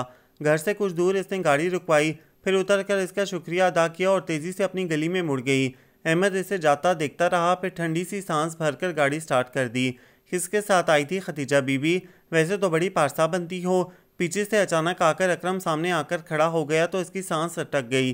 तुम्हें इससे मतलब? हटो सामने से। अगले ही लम्हे खुद को संभाल कर इसने सख्ती से कहा, मतलब क्यों नहीं है जी, आखिर हमारे मोहल्ले की इज्जत का सवाल है। तुम जैसी लड़कियों से यहाँ का माहौल ख़राब होता है। वो इंतहाई जलालत से मुस्कुराया। मुझ जैसी लड़कियों से? इसके तो तन बदन में आग लग गई। खुद अपने बारे में तुम्हारा क्या ख्याल है? नेक ख्याल है, तुम गौर तो करो, कोई बुराई नहीं है मुझ में। वो ढिठाई से अभी तक सामने खड़ा था। मैं तुम्हारे बारे में गौर करने से पहले मर जाना पसंद करूंगी। और अब हटो मेरे आगे से, वरना तुम जैसों को ठीक करना आता है मुझे। क्या कर लोगी? इसने एकदम खतीजा का हाथ पकड़ लिया तो वो हक्का बक्का रह गई। तुम्हारी इतनी हिम्मत? इसने एक झटके से हाथ छुड़ाकर एक ज़ोरदार थप्पड़ अकरम के मुंह पर रसीद कर दिया। हिम्मत तो अब मैं तुम्हें बताता हूँ अपनी। इसकी इस जुर्रत ने इसे चिराग पाक कर दिया। इसे पकड़ने के लिए वो आगे बढ़ा ही था कि वो भागकर अपने बंद दरवाजे को ज़ोर ज़ोर से पीटने लगी। फ़रा, मलीहा, दरवाज़ा खोलो, दरवाज़ा खोलो जल्दी से। घर के दरवाजे के साथ साथ मोहल्ले के दो एक दरवाजे और खिड़कियां खुल गईं। खुद का तमाशा बनते देखकर वो तेजी से अंदर घुस गई और तख्त पर बैठकर जोर जोर से रोने लगी। क्या हुआ आपा? फरहा, मलिहा और मदीहा इसके गिर्द जमा हो गईं। सफीना भाभी भी शोर सुनकर निकल आई थीं। क्या हुआ, क्या मसला है? मोहल्ले के किसी बुजुर्ग ने बाहर निकलकर अकरम से पूछा। होना क्या है बुजुर्गवार, मोहल्ले की इज्जत हमारी इज्जत है, अकेली लड़कियां हैं, कोई पूछने वाला नहीं। पता नहीं किस किस के साथ घूमती फिरती हैं, घरों में अजनबी लड़कों को बुलाती हैं। ज़रा सा समझा दिया तो उल्टा चीखने लगी। अकरम ने बुलंद आवाज़ में सबको बताया। हाँ, तुम्हें मोहल्ले की इज्जत का जितना ख्याल है हमें मालूम है। किसी ने कहना चाहा लेकिन अपनी इज्जत अपने हाथ के मुज़दाक खामोश रहा। फिर भी बेटा बहू बेटियां सबकी सांझी होती हैं, यूं इनका तमाशा नहीं बनवाना चाहिए। फिर ये बच्चियां तो जिन हालात में इज्जत के साथ अपना वक्त गुजार रही हैं वो किसी से ढका छुपा नहीं। इन्हीं बुजुर्ग ने दबे लफ्ज़ों में इसे समझाया तो वह अपना वार खाली जाते देखकर मजीद सुलग गया।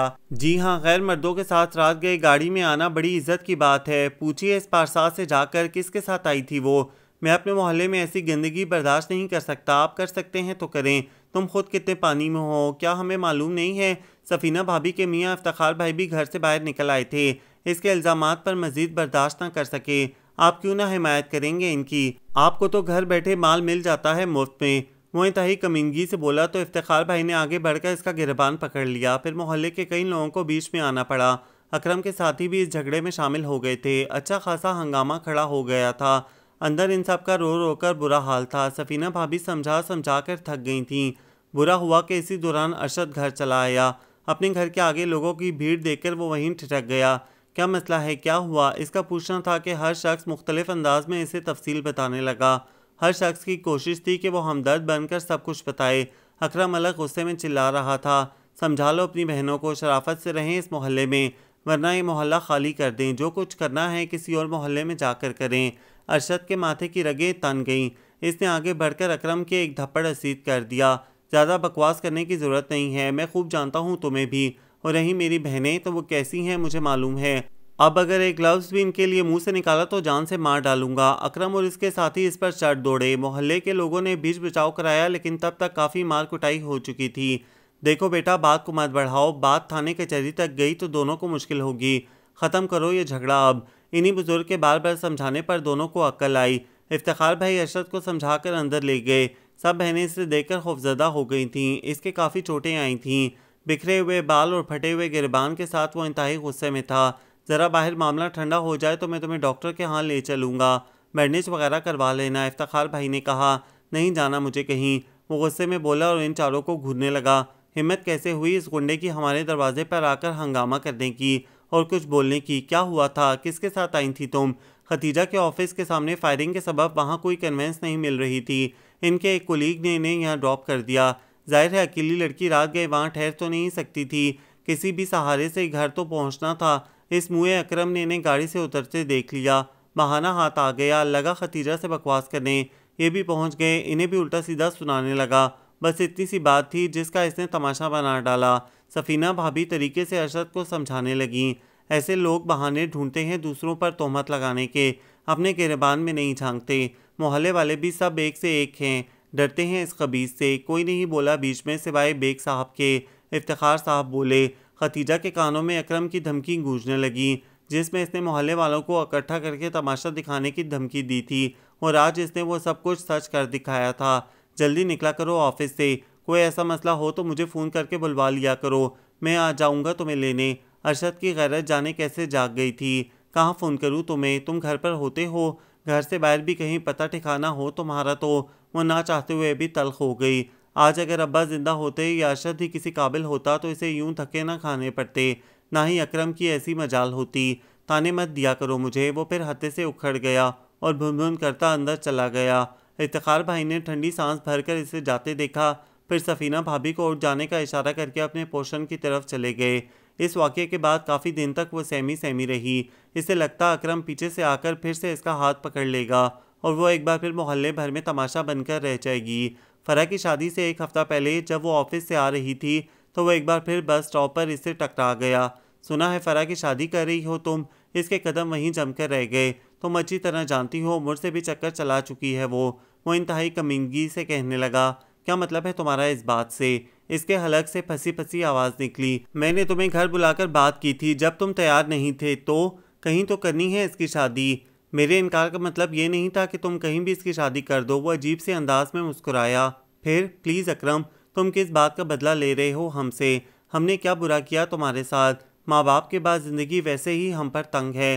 तुम और मत करो अल्लाह के लिए, वरना अल्लाह तुम्हें कभी माफ़ नहीं करेगा। इसकी आंखों में जब्त के बावजूद आंसू उमड़ आए। वो बहुत बहादुरी से हालात का मुकाबला कर रही थी, लेकिन थी बहरहाल एक नाजुक सी लड़की ही। अल्लाह का डरावा मत दो, इस पर कोई असर नहीं हुआ। फ़रा की शादी इतनी आसानी से नहीं हो सकती। क्यों, क्या कर लोगे तुम? वो धीरे से चीख पड़ी। कुछ भी, बारात या तो आएगी या नहीं। आई तो बिना दुल्हन को लिए लौट जाएगी। वो खबासत से हंसने लगा। इस समय खतीजा को वो दुनिया का सबसे बदसूरत शख्स नजर आया। हालांकि बज़ाहिर वो काफ़ी खुशशक्ल शख्स था। क्या करोगे तुम? वो खौफजदा हो गई। ये तो तुम इस वक्त देखना। हाँ, एक सूरत है। वो बगौर इसे तकने लगा। क्या? अगर तुम राज़ी हो जाओ। मैंने तो पहले भी कहा था, तुमने मना कर दिया। नतीजा भुगत लिया तमाशा बनाकर अपना। मैं जो कहता हूँ कर दिखाता हूँ। ये ना समझना कि सिर्फ धमकियाँ दे रहा हूँ। लेकिन मुझसे शादी करके तुम्हें क्या मिलेगा? तुम अच्छे खुशशक्ल हो, तुम्हें तो कोई खूबसूरत लड़की भी मिल सकती है। वो कमज़ोर लहजे में कहने लगी। शक्ल का क्या करना है? तुम ठीक ठाक कमाती हो, घर आराम से चल सकता है। फिर मुझ जैसे बदनाम शख्स को कौन अपनी खुशशक्ल और अच्छी लड़की देगा? मैं जानता हूँ। वो फिर मुस्कुराया। और दूसरे, तुम्हें भी कोई अच्छा लड़का मिलने से रहा। बहनों के चक्कर में ख्वार हो रही हो। फिर इस वाक़े के बाद तो खतीजा सुन रह गई। ये तो वो सोच भी नहीं सकती थी कि वो इससे इसलिए शादी करना चाहता है कि वो जॉब करके अच्छा कमा लेती है। इसीलिए वो फ़रा के लिए तैयार नहीं हुआ था, क्योंकि इसे मालूम था कि फ़रा एक घरेलू सी लड़की है। क्यों तैयार हो? इसे खामोश पाकर वो फिर पूछने लगा। मैं अभी शादी नहीं कर सकती जब तक मेरी सब बहनों की शादी ना हो जाए। कोई बात नहीं, कुछ साल लगेंगे, मैं इंतज़ार कर लूँगा। बाकी की ज़िंदगी तो चैन से कटेगी। ये मुमकिन नहीं है। वो पस्त अंदाज में कहकर आगे बढ़ने लगी। सोच लो फिर, तुम्हारी बहन की ससुराल भी मुझे मालूम है। सब कच्चा चिट्ठा खोल कर रख दूंगा तुम्हारी बहन का। बहुत सी ऐसी बातें मालूम है मुझे इसकी जो किसी अजनबी को मालूम नहीं हो सकती। वो पीछे से बोला। खतीजा ने रुक कर बेबसी से इसे देखा, फिर जैसे रजामंदी से सर झुका लिया। फ़रा की शादी काफ़ी सादगी से घर के सामने छोटा सा टेंट लगाकर हुई थी, लेकिन ज़ीशान की अम्मी ने वलीमे में सब अरमान निकाले थे। बरी भी वो नहायत शानदार लाई थीं। वलीमे में अपने हर मिलने वाले से इन्होंने खतीजा का तारुफ बहुत अच्छे लफ्ज़ों में कराया था, और वो जो अकरम की वजह से बहुत परेशान थी, फ़रा का रिश्ता इतने अच्छे घराने से जुड़ जाने पर काफ़ी हद तक मुतमईन हो गई थी। आओ तुम्हें अपनी एक अजीज़ दोस्त से मिलवाऊँ, बल्कि बहन ही समझो। वो इसे लिए हुए एक बावकार सी खातून के पास चली आईं। बल्किस बहन, इनसे मिलिए, ये फ़रा की बड़ी बहन है। माँ बाप के बाद बड़ी जिम्मेदारी से घर संभाला है इस बच्ची ने। मैंने आपसे जिक्र किया था ना? अच्छा, बहुत खुशी हुई तुमसे मिलकर। बैठो बेटा। उन्होंने हाथ थामकर इसे पास ही बिठा लिया। आप लोग बातें करें, मैं बाकी मेहमानों को देख लूँ। ज़ीशान की अम्मी वहाँ से चली गई। वो इससे इसके घराने की तफसील पूछने लगी। खुदा तुम्हें अपने मकसद में कामयाब करे बेटा। तुम जिस बहादुरी से सबको संभाले हुए हो, इससे पता चलता है कि तुम एक बाहिम्मत लड़की हो। मुझे सब कुछ बताया था निगत बहन ने तुम्हारे बारे में। ऐसी कोई बात नहीं आंटी, हम सब मिलजुल कर हालात का मुकाबला कर रहे हैं, कोई किसी तरह कोई किसी तरह। वो इनके तारीफ़ी अंदाज पर शर्मिंदगी से बोली। खुदा तुम लोगों की हिफाजत करे और अपना करम करे। इनके लहजे में सताइश और मोहब्बत थी। कुछ देर बाद जब वो इनके पास से उठकर किसी और से बातों में मसरूफ़ थी, तो इसने देखा कि अहमद आदिल बल्किस आंटी से बातों में मसरूफ़ था। तो इसका मतलब है बल्किस आंटी तुम्हारी अम्मी या फिर कोई और रिश्तेदार खातून हैं। इसने बिला इरादा इसे तकते हुए सोचा। अहमद की नज़र इस पर पड़ी तो इसे यूं खुद को देखते हुए पाकर वो भरपूर अंदाज में मुस्कुरा दिया। खतीजा गड़बड़ाकर फ़ौरन वहाँ से उठ गई। कुछ ही देर बाद जब वो फ़रा के पास स्टेज की तरफ जा रही थी तो वो सामने आ गया। अजनबी, काश अजनबी होता, इसने ज़ेरे लब कहा। क्या मतलब? खतीजा ने फिर से खुद पर बेनियाजी और संजीदगी का खोल चढ़ा लिया। मैं तो पूरी शादी में आपकी वजह से अजनबी बना रहा कि कहीं मेरी कोई पेशरफ्त आपको बुरी ना लग जाए, लेकिन अभी कुछ देर पहले मालूम हुआ कि लोग ख्वाह मख्वाह खुद पर बेनियाजी की चादर चढ़ाए रखते हैं। इसने गंभीर लहजे में कहा तो वो फिर से पिघलने लगी। कितना मुश्किल था यूं खुद को समझाना। ऐसी बातों, ऐसी नज़रों और ऐसे लहजों के सामने पत्थर बने रहना किस कदर कठिन काम था। आप जाने क्या कह रहे हैं? वो इसे देखे बिना जवाब देकर वहाँ से जाने को थी कि वो बोल उठा। मेरी अम्मी कैसी लगी आपको? आप तो इन्हें बहुत पसंद आई हैं। अच्छा, वो आपकी अम्मी हैं, इंतहाई मुशफ़क़, मिलनसार और पुरखुलूस हैं। और बेटे के बारे में क्या ख्याल है? वो बराह रास्त इसकी आंखों में झांकने लगा। बेटे के बारे में भी मेरी वही राय है। वो बमुश्किल कहकर फ़ौरन वहाँ से चली आई और अहमद इसके जवाब पर मसरूर सा इसे जाता देखता रहा। फिर यूं ही एक दिन जब वो घर जाने के लिए ऑफिस से निकल रही थी तो अहमद इसके पास चला आया। खतीजा, मैं आपको घर छोड़ दूं? मुझे आपसे कुछ बातें करनी है, रास्ते में हो जाएंगी। हरगिज़ नहीं। इसका चेहरा जर्द पड़ गया। क्यों, क्या कबाहत है? ऑफिस में आप बात नहीं करती, फ़ोन आपके यहाँ है नहीं, बाहर कहीं मिलना मुमकिन नहीं है, तो फिर प्लीज़ खतीजा, मुझे बहुत ज़रूरी बात करनी है। वो थोड़ा सा झंझला गया। ऐसी क्या ज़रूरी बात है? यहाँ खड़े खड़े तो हरगिज़ नहीं हो सकती। चलिए रास्ते में बता दूंगा। नहीं, आपको नहीं मालूम, इस रोज़ आपने जब मुझे घर छोड़ा था कितना हंगामा हुआ। मैं अब दोबारा वही सब बर्दाश्त नहीं कर सकती। क्या हुआ था? आपके भाई ने माइंड किया था, वो बेचैन हो गया। भाई को तो बाद में मालूम हुआ। आप शायद नहीं जानते, जो लड़कियां बिना माँ बाप के ज़िंदगी गुजारती हैं, दुनिया का हर शख्स इनकी ज़ात पर हक जताने खड़ा हो जाता है। इनकी छोटी से छोटी हरकत, मामूली सी गलती भी इनके लिए गुनाह अजीम बन जाती है, तमाशा बन जाता है इनका, जैसे इस रोज़ मेरा बन गया था। अब जब मैं ऑफिस जाने के लिए घर से निकलती हूँ तो हर नज़र मुझसे ये सवाल करती है, ये कौन था वो शख्स जिसके साथ तुम इस रोज़ घर आई थी? क्या रिश्ता था तुम्हारा इससे, जो तुम इतने मज़े से इसकी गाड़ी में बैठकर घर चली आईं? इसकी आवाज़ कँपाने लगी। ओह, आई एम सॉरी खतीजा, मुझे अंदाज़ा नहीं था कि लड़कियों के साथ इतनी छोटी छोटी बातों पर। वो शर्मिंदगी से बोल रहा था कि खतीजा ने इसकी बात काट दी। सब लड़कियों के साथ नहीं, बल्कि ऐसी लड़कियों के साथ जो तन्हा ज़िंदगी का मुकाबला कर रही होती हैं। इसीलिए तो मैं। लेकिन आप हमेशा ख़ुद को मुझसे अलग समझती हैं। क्या आपकी ज़िम्मेदारियाँ मेरी ज़िम्मेदारियाँ? हरगिज़ नहीं। ये कतई मेरा ज़ाती मसला है। खतीजा का लहजा खुश्क हो गया। चलिए ठीक है, लेकिन फिर आपसे बात कहाँ की जाए? वो हार मान गया। आप कल ऑफिस में लंच टाइम में आ जाइएगा। मैं लंच के लिए बाहर नहीं जाती हूँ, ना ही कैंटीन वगैरह में। ठीक है, तो फिर कल का लंच आपकी तरफ से? वो मुस्कुराया। ठीक है, जवाब में वो भी मुस्कुराई। दूसरे ही रोज़ जब सबके लंच करने जाने पर वो तनहा अपनी टेबल पर बैठी थी तो वो आ गया। हाँ भाई, क्या लाई हैं आप? बहुत भूख लगी है। इसने खामोशी से सैंडविचेस निकाल कर इसके सामने रख दिए। बस यही, बड़ी कंजूस हैं भैया आप। दावत भी दी और इन पर टर खा रही हैं। मैं तो रोज़ यही लंच करती हूँ। दूसरे दावत मैंने नहीं दी थी, आप खुद ही तैयार हो गए थे। पहली बार वो यूं खुलकर मुस्कुराई थी। अरे लंच को डालिए भाड़ में, हमारे लिए तो आपकी मुस्कुराहट ही काफ़ी है। इसके चेहरे से सरकती संजीदगी की चादर खुद अहमद को भी खुशगवार मूड में तब्दील कर गई। आप कुछ ज़रूरी बात करने वाले थे, खतीजा ने जल्दी से कहा। करते हैं भाई, कुछ पेट में तो जाने दें पहले। वैसे एक बात याद रखिएगा, अभी तक तो ठीक है, लेकिन मुझे लंच में रोज़ सैंडविचेस खाने की आदत नहीं है। या खुदा, आप संजीदा भी होंगे या नहीं? इसे बदस्तूर एक ही मूड में देखकर खतीजा ने कहा तो वो बगौर इसे देखने लगा। हम तो पहले दिन से ही संजीदा हैं आपके लिए, आपको अभी तक पता नहीं चला। ये पहला और आखिरी लंच था मेरी तरफ से, आइंदा ऐसी कोई दावत नहीं होगी। लंच टाइम ख़त्म होने में भी 15 मिनट रह गए हैं। कुछ देर बाद ये कमरा भांत भांत के लोगों से भर जाएगा। खतीजा ने कहा तो वो संजीदा हो गया। मैंने अम्मी से बात की थी आपके बारे में। वो बीच में अपनी बात का तासुर इसके चेहरे पर देखने के लिए रुका, फिर कहने लगा, वो मेरे इस फैसले से खुश हुई। इन्हें आप पसंद आई हैं, लेकिन वो जल्द मेरी शादी करना चाहती हैं। दरअसल एक तवील अरसे से तन्हा रही हैं वो। अबू और मैं सारा सारा दिन घर से गायब रहते हैं। एक बेटी की कमी बहुत महसूस होती थी इनको।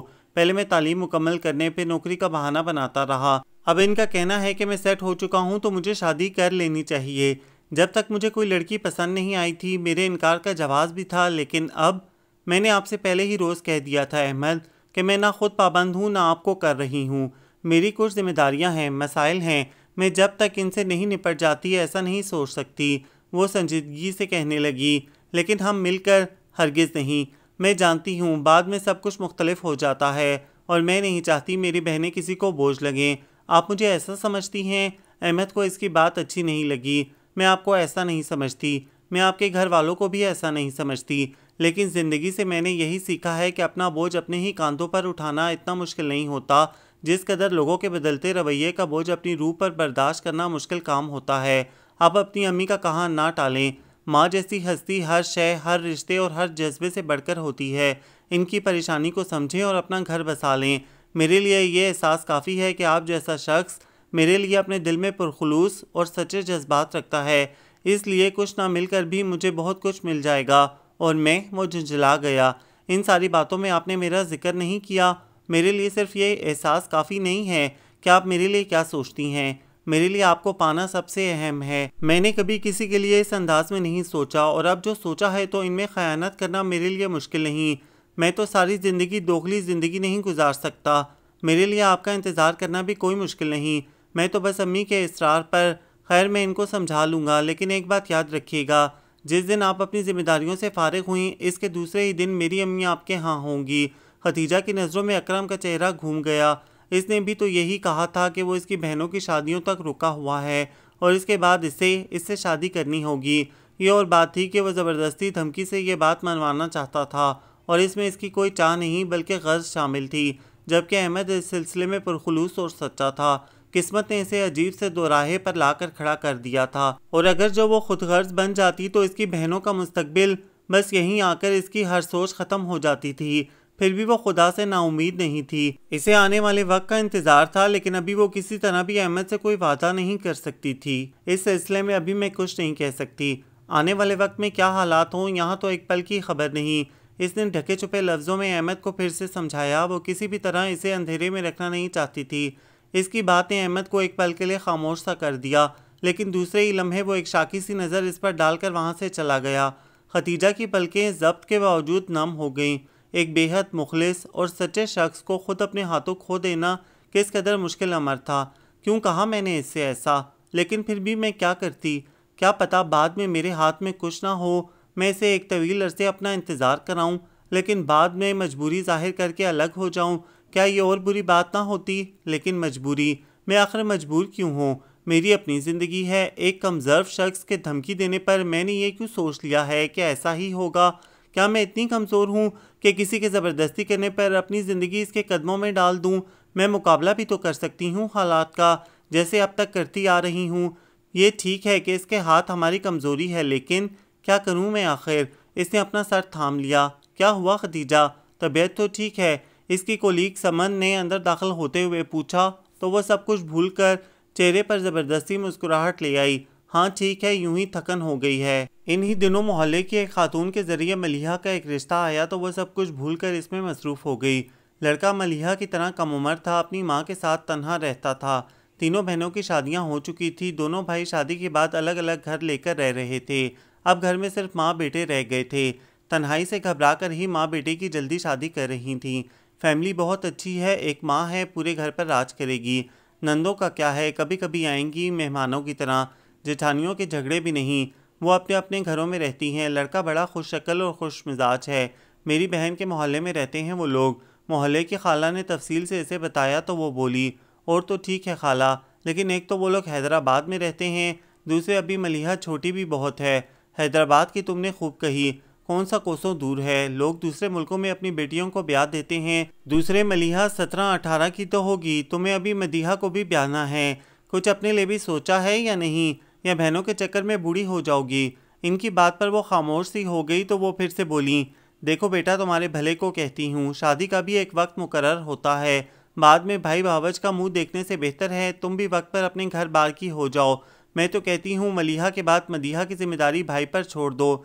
मैं तुम्हारे लिए भी कोई लड़का देखती हूँ, आखिर तुम्हारी माँ मेरी बहन बनी हुई थी। मुझे तुम्हारी भी बड़ी फिक्र है। नहीं खाला, सब बहनों से पहले मैं कुछ नहीं सोच सकती। अरशद को मैं जानती हूँ, कितना लौबाली है। अच्छा बेटा, जैसी तुम्हारी मर्जी। हाँ तुम कहो तो बुलवा लूँ इन लोगों को। लड़के को भी बुलवा लेंगे, अच्छे लोग लगे तो एक दिन हैदराबाद जाकर घर बार देख आएंगे। वैसे तो मेरी बहन जानती है अच्छी तरह इन्हें। ठीक है, आप बुलवा लें इन्हें, इसने रजामंद होते हुए कहा। मलिहा को पता चला तो वह दबे दबे लफ्ज़ों में कहने लगी, लेकिन आपा अभी तो मैं पढ़ रही हूँ, सेकेंड ईयर के एग्ज़ाम्स 3 महीने बाद हैं, फिर वो लोग इतने दूर हैं। हाँ इस पर मैंने भी सोचा था, लेकिन खाला जी ने बताया है कि वो लोग बहुत अच्छे हैं, लड़का भी बेहद अच्छा है। इम्तहान तुम शादी के बाद भी दे सकती हो, या फिर हम इन्हें तुम्हारे इम्तहानों तक शादी के लिए रोक सकते हैं। तब तक तैयारी भी हो जाएगी अच्छी तरह से। रहा हैदराबाद तो वो इतना दूर भी नहीं। इसने रसानिया से ऐसे समझाया तो वो खामोश हो गई। फिर कुछ दिनों बाद लड़के की माँ अपनी 2 बेटियों और एक बहू के साथ मलिहा को देखने कराची आई। सजाद भी हमरा था। लोग तो बस ठीक ठाक थे, लेकिन लड़का काफ़ी माकूल था। बामुश्किल 22 या 23 साल का होगा। एक प्राइवेट फर्म में मुलाजिम था। इतना कमा लेता था कि माँ और बीवी का खर्च उठा सके। घर भी अपना था। बकौल इसकी माँ के आगे तरक्की के बहुत चांसेस थे। सब कुछ ठीक था, लेकिन जाने क्यों इसका दिल बिल्कुल मुतमईन नहीं था। इनके जाने के बाद भी वो काफ़ी दिनों तक सोचती रही। तो खाला जी ने इसे फिर से समझाया, देखो बेटा, ज़्यादा सोच विचार करके तुम इतना अच्छा रिश्ता हाथ से ना निकालो। लड़के की माँ को बेटे की शादी की जल्दी है। ये ना हो तुमसे मायूस होकर वो कहीं और लड़की देख बैठे। वो तो ठीक है खाला जी, जाने दिल क्यों राज़ी नहीं हो रहा। मलिहा बहुत सीधी सादी मासूम सी है। वो लोग खासकर लड़के की माँ बहुत तेज़ खातून लगी मुझे। काश इस वक्त अम्मा अब्बा ज़िंदा होते तो फ़ैसला करना कितना आसान होता, इनका तजुर्बा ही काम आता। वो पसमर्दगी से कहने लगी। समझदार तो बेटा तुम भी कम नहीं हो माशाल्लाह से। बस अल्लाह का नाम लो, बिस्मिल्लाह करो। अपनी बहन से सब तसल्ली कर ली है मैंने। ठीक है तो फिर आप हाँ कर दें। वो नीम दिली से रजामंद हो गई। यूँ मलिहा भी ब्याह कर अपनी ससुराल चली गई। घर में एकदम से सन्नाटा छा गया। इससे सारा वक्त मदीहा की फ़िक्र रहती। वो नासमझ और कम उम्र थी, लेकिन सफ़ीना भाभी के दम से इसे कुछ तसल्ली थी। वो घर के कामों से जल्दी जल्दी फारिग हो जाती, फिर मदीहा के स्कूल से आने तक या तो खुद इनके पोषण में चली जाती या इसे बुला लेती। वैसे भी अल्लाह ने इन्हें औलाद नहीं दी थी, तो वो ख़ुद को तन्हा महसूस करके बहलाने की कोशिश किया करती थीं। यूँ इनका वक्त भी अच्छा कट जाता था। मलिहा शादी के 1 माह बाद ही सजाद के साथ कराची आई थी और इसे खुश देखकर वो मुतमईन हो गई थी। इसके सारे अंदेशे दम तोड़ गए थे, लेकिन अगली बार जब वो आई तो सजाद इसे छोड़कर 1 घंटे बाद ही वापस चला गया। मलिहा के चेहरे पर फैले परेशानी के साए इसे भी परेशान कर गए। क्या हुआ मलिहा बेटा, बताओ अपनी आपा को। देखो मैं परेशान हो रही हूँ। सजाद तो ठीक है ना तुम्हारे साथ? वो घबराकर इसके नज़दीक बैठ गई और इसका सर अपने सीने से लगा लिया। वो तो ठीक है आपा, लेकिन अपनी अम्मा के आगे दम नहीं मार सकते, और वो इंतहाई जल्लाद खातून हैं। इनकी मर्ज़ी के ख़िलाफ़ पत्ता भी नहीं हिल सकता। उन्होंने बेटे की शादी बेटे के लिए नहीं अपने लिए की थी। इन्हें घर में एक खादमा की ज़रूरत थी। बेटियों की शादियाँ हो गईं, बहुएँ इनके रवैये की वजह से टिकी नहीं, घबरा कर कुछ दिनों में ही छोड़ गईं। इसीलिए सजाद की शादी भी जल्दी कर दी कि इनसे काम काज नहीं होता था। मैं ये सब बर्दाश्त कर लेती, लेकिन वो कहते कहते झिझक गई। हाँ हाँ कहो। खतीजा के दिल इसकी बातें सुनकर कटा जा रहा था। इसकी मासूम बहन सिर्फ इसके कहने पर राज़ी हुई थी। कहीं जल्दी में इससे कोई गलत फ़ैसला तो नहीं हो गया। आपा मैं प्रेग्नेंट हो गई हूँ, दूसरा महीना है, इसने झिझकते हुए बताया। अच्छा। खतीजा ने इसे दोबारा से लिपटा लिया। ये तो बहुत खुशी की बात है। यही तो सारा मसला है। मैं भी यही समझी थी कि मेरी सास ये सुनकर बहुत खुश होंगी, लेकिन वो तो उल्टा खफा होने लगीं। सजाद को डांटने लगीं कि उन्होंने पहले ही मना किया था कि अभी बच्चे नहीं होने चाहिए, एहतियात करना वगैरह वगैरह। फिर ये सब कैसे हुआ? सजाद शर्मिंदा से होकर सर झुकाए सुनते रहे। फिर उन्होंने हुक्म सादिर कर दिया कि वो मुझे किसी डॉक्टर के पास ले जाएं और इस बच्चे से छुटकारा दिलाएं। मैं तो ये सुनकर हैरान रह गई, कोई वजह भी हो। इस रात को मैं सजाद से पहली बार लड़ी कि मैं अपने बच्चे को ज़ाया नहीं होने दूंगी। आखिर इसका कसूर क्या है? हमारी शादी हुई है। तब सजाद ने बताया कि वो अभी कोई बच्चा अफोर्ड नहीं कर सकते। इनकी तनख्वाह इतनी नहीं है कि बच्चे की पैदाइश फिर बाद में परवरिश का खर्चा उठा सकें। इसलिए ये पहले से तय था कि अभी कम से कम 5 साल तक कोई बच्चा नहीं होगा। सास को भी पोते पोतियों का कोई अरमान नहीं कि दूसरे बेटों से इनके काफ़ी पोते पोतियाँ हैं। ये क्या बात हुई भला? खतीजा हैरान रह गई। फिर बेटे की शादी करने की क्या ज़रूरत थी? सिर्फ एक दिन रात की खादमा जो बिना पैसे लिए हर घड़ी इनका हुक्म बजा लाए, इनके मैले कपड़े और गंदे बर्तन धोए, खाना पकाए, झाड़ू पोछा करे। खुद तो इनसे तिनका तक नहीं हिलाया जाता, इसलिए मजबूरन बेटे की शादी करनी पड़ी। लड़की भी ऐसी चाहिए थी जिसके घर वाले सादगी से शादी पर तैयार हो जाएं, कोई खर्चा भी ना हो इनका। दूसरे लड़की लावारिस हो तो और अच्छा है। मलिहा के आंसू फिर झरझर बहने लगे। लावारिस? खतीजा के दिल में तीर सा खुप गया। माँ बाप ने सही, तुम्हारी बहनें हैं, भाई है, ऐसा नहीं कहते मलिहा। भाई? भाई ऐसे होते हैं? तुमने सजाद को नहीं समझाया? वो इसकी बात नज़रअंदाज कर गई। क्या समझाती? वो तो मुकम्मल तौर पर माँ के कहने में हैं, इस कदर डरते हैं माँ से। वो तो एहतियात कर रहे थे, जाने कैसे अल्लाह को मंजूर था शायद। और अब क्या कहता है वो? इसीलिए तो छोड़ कर गए हैं मुझे यहाँ। मैं वहाँ किसी तौर पर किसी डॉक्टर के पास जाने को राज़ी नहीं हुई, तो सास ने हुक्म दिया कि इसको कराची छोड़ाओ। जब तक ये इस बच्चे से छुटकारा हासिल नहीं कर लेती इसे वापस ना लाना। इसे इस घर में रहना है तो फ़िलहाल किसी बच्चे का सोचे भी नहीं। अजीब लोग हैं, बच्चे के खर्चे से घबरा रहे हैं, जबकि आने वाला बच्चा अपना रिस्क अपने साथ लेकर आता है।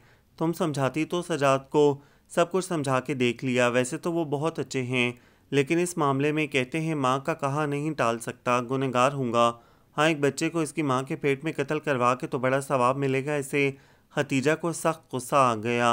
अब आप बताएं आपा, मैं क्या करूं? क्या मैं अपने बच्चे को मार डालूं?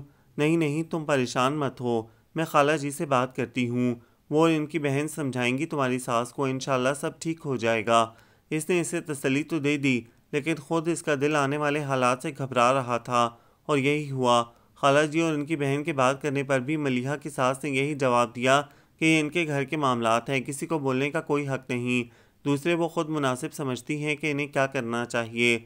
और इनका अब भी यही कहना था कि मलिहा इसी सूरत वापस आ सकती है जब बच्चे को ज़ाया करवा दे।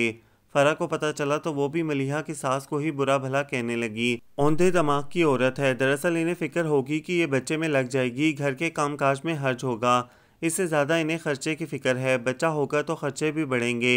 यहाँ तो आपा सब कुछ करवा कर भेज देंगी, इस सिलसिले में भी इनका पैसा बच जाएगा। मलिहा ने कहा, हद है कंजूसी की, बड़ी बी को ज़रा खौफ खुदा नहीं। मदीहा ने भी गुफ्तगू में हिस्सा लिया।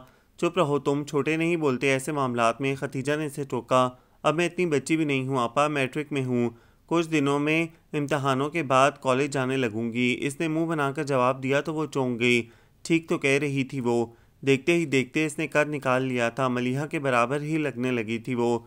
मेरा तो ख्याल है तुम कुछ दिनों के लिए खामोश हो जाओ, जब ज़रा वक्त निकल जाएगा तो वो खुद भी कुछ नहीं कर सकेंगी। हर डॉक्टर इसके लिए इन्हें मना कर देगा, फिर इसकी हो जाता है ना, कोई डॉक्टर ये केस नहीं लेगी। तुम्हारी सास को सब्र के घूंट पीना पड़ेंगे। जाहिर है जान तो नहीं लेंगी वो तुम्हारी, बक झक कर खामोश हो जाएंगी। तुम खामोशी से सुन लेना, फिर जब पोता गोद में आएगा तो सब भूल जाएंगी और सजाद भी ठीक हो जाएगा। अभी तुम चुपचाप यहाँ रहती रहो, फिर जब वक्त निकल जाए तो इन्हें बुलवा लेना कि आपकी मर्जी हो चुकी है, सजाद ले जाएगा आकर। वैसे भी मर्दों को इतना कहाँ पता चलता है हुलिये से। सास शोर तो मचाएंगी, कहना कि खुद को समझाते समझाते वक्त निकल गया। अब तो डॉक्टर सख्ती से मना कर रहे हैं, फरा ने कहा, लेकिन इस तरह ज़िंदगी तंग कर देंगी वो इस पर। खतीजा ने फिक्र से मलिहा को देखते हुए कहा, लेकिन और कोई चारा भी तो नहीं आपा। अभी अगर ये झूठ बोलकर चली गई तो वो ज़बरदस्ती अबॉर्शन करा देंगी इसका। सच कहेगी तो वो भेजेंगे नहीं बेटे को, अब यही रास्ता है। हाँ आपा, फरा बाजी ठीक कह रही हैं, कुछ तो करना पड़ेगा। फिर आपा पहले ही बच्चे को ज़ाया कराने से बाज़ मरतबा लड़की के अंदर कुछ ऐसी पेचीदगियाँ पैदा हो जाती हैं कि वो दोबारा फिर माँ नहीं बन पाती। फरा ने समझाया तो खतीजा को खामोश होना पड़ा। फिर उन्होंने यही किया, खामोशी इख्तियार कर ली। वहाँ से अलबत्ता सजाद का 2-3 मरतबा मोहल्ले में फ़ोन आया कि वो अगर फारिग हो चुकी हो तो वो इसे लेने कराची आ जाए। जवाबन मलिहा इसे टाल देती। हाँ बड़ी बी से काम नहीं हो रहा होगा ना घर का, इसलिए पेट में गोले उठ रहे हैं। फरा को पता चलता तो वो बड़बड़ाती, शुक्र करें बाजी आपकी ससुराल बहुत अच्छी है, ज़ीशान भाई आपकी सास नंदे सब। मलिहा रश्क से कहती, हाँ अल्लाह का शुक्र है, सब बहुत अच्छे हैं माए ज़ीशान के। नुमान की पैदाइश पर कितनी खुशियाँ मनाई थी सब ने, वो फ़ख्रिया कहती। तुम्हारे ससुराल वाले भी ठीक हो जाएंगे। हर लड़की फरा की तरह खुशकिस्मत नहीं होती, बाज़ लड़कियों को कुर्बानियाँ देनी पड़ती हैं, सब्र बर्दाश्त से काम लेना पड़ता है, तब कहीं जाके इनके कदम ससुराल में जमते हैं। खतीजा समझाती, अल्लाह करे मेरी आपा को भी ऐसी ससुराल मिले जहाँ जाकर वो हर फिक्र, परेशानी और दुख को भूल जाएं, ससुराल वाले इनके कदरदान हों। फरा प्यार से इनके गले में बाहें डाल देती तो वो धीरे से मुस्कुरा देती। यही दुआएं तो थीं जो इन हालात में भी इनका हौसला बनी हुई थीं। फिर जूँ ही मलिहा को चौथा महीना शुरू हुआ, सजाद को ऑफिस फ़ोन करके बुलवा लिया गया। वो कुछ शर्मिंदा सा था। देखो सजाद, मैं जानती हूँ तुम खुद बहुत अच्छे हो, सिर्फ तुम्हें देखकर मैंने अपनी बहन की शादी तुमसे कर दी थी। ये तुम्हारी बीवी है, इसका ख्याल रखना, इसके हकूक़ पूरे करना तुम्हारा फ़र्ज़ है। इसकी हक तलफ़ी तुम्हें खुदा की नज़रों में गुनहगार ठहराएगी। इसी तरह अगर ये किसी तरह तुम्हारी मुश्किलात को नहीं समझेगी तो ये अच्छी बीवी का दर्जा हासिल नहीं कर पाएगी। लेकिन तुम और तुम्हारी अम्मी का मुतालबा किसी भी तरह इंसानियत और मजहब के ज़मरे में नहीं आता। गुनाह था ये सब। मैं माफ़ी चाहती हूँ कि तुमको गलत कहकर यहाँ बुलवाया गया। खतीजा की बात पर सब ने चौंक कर सर उठाया। खुद सजाद इसे देखने लगा। हमारा ख्याल था कि तुमसे गलत बयानी से काम लेकर मलिहा को तुम्हारे साथ भेज देते। अब वक्त इतना गुजर चुका है कि हर डॉक्टर इनकार कर देगा, लेकिन मैंने ये मुनासिब नहीं समझा कि जिसके साथ मलिहा को सारी ज़िंदगी गुजारनी है इसको धोखे में रखा जाए। मलिहा बहुत कमज़ोर है, इसमें खून की भी बहुत कमी है, ये ऐसा कोई हादसा बर्दाश्त नहीं कर सकती। तुम अपनी अम्मी को भी समझाना कि खुदा के कामों में मुदाखलत ना करें। रहा खर्चे का सवाल तो पहले बच्चे का सारा खर्च हम अदा करेंगे। तुम इस सिलसिले में परेशान मत हो, दूसरे खुदा पर भरोसा रखो, वो इसे दुनिया में भेजेगा तो इसका रिस्क भी इससे पहले उतारेगा। मैं जानता हूँ आपा, मैं तो खुद इसके लिए तैयार नहीं था, लेकिन अम्मा से कौन लड़े, वो अपने आगे किसी की नहीं चलने देती।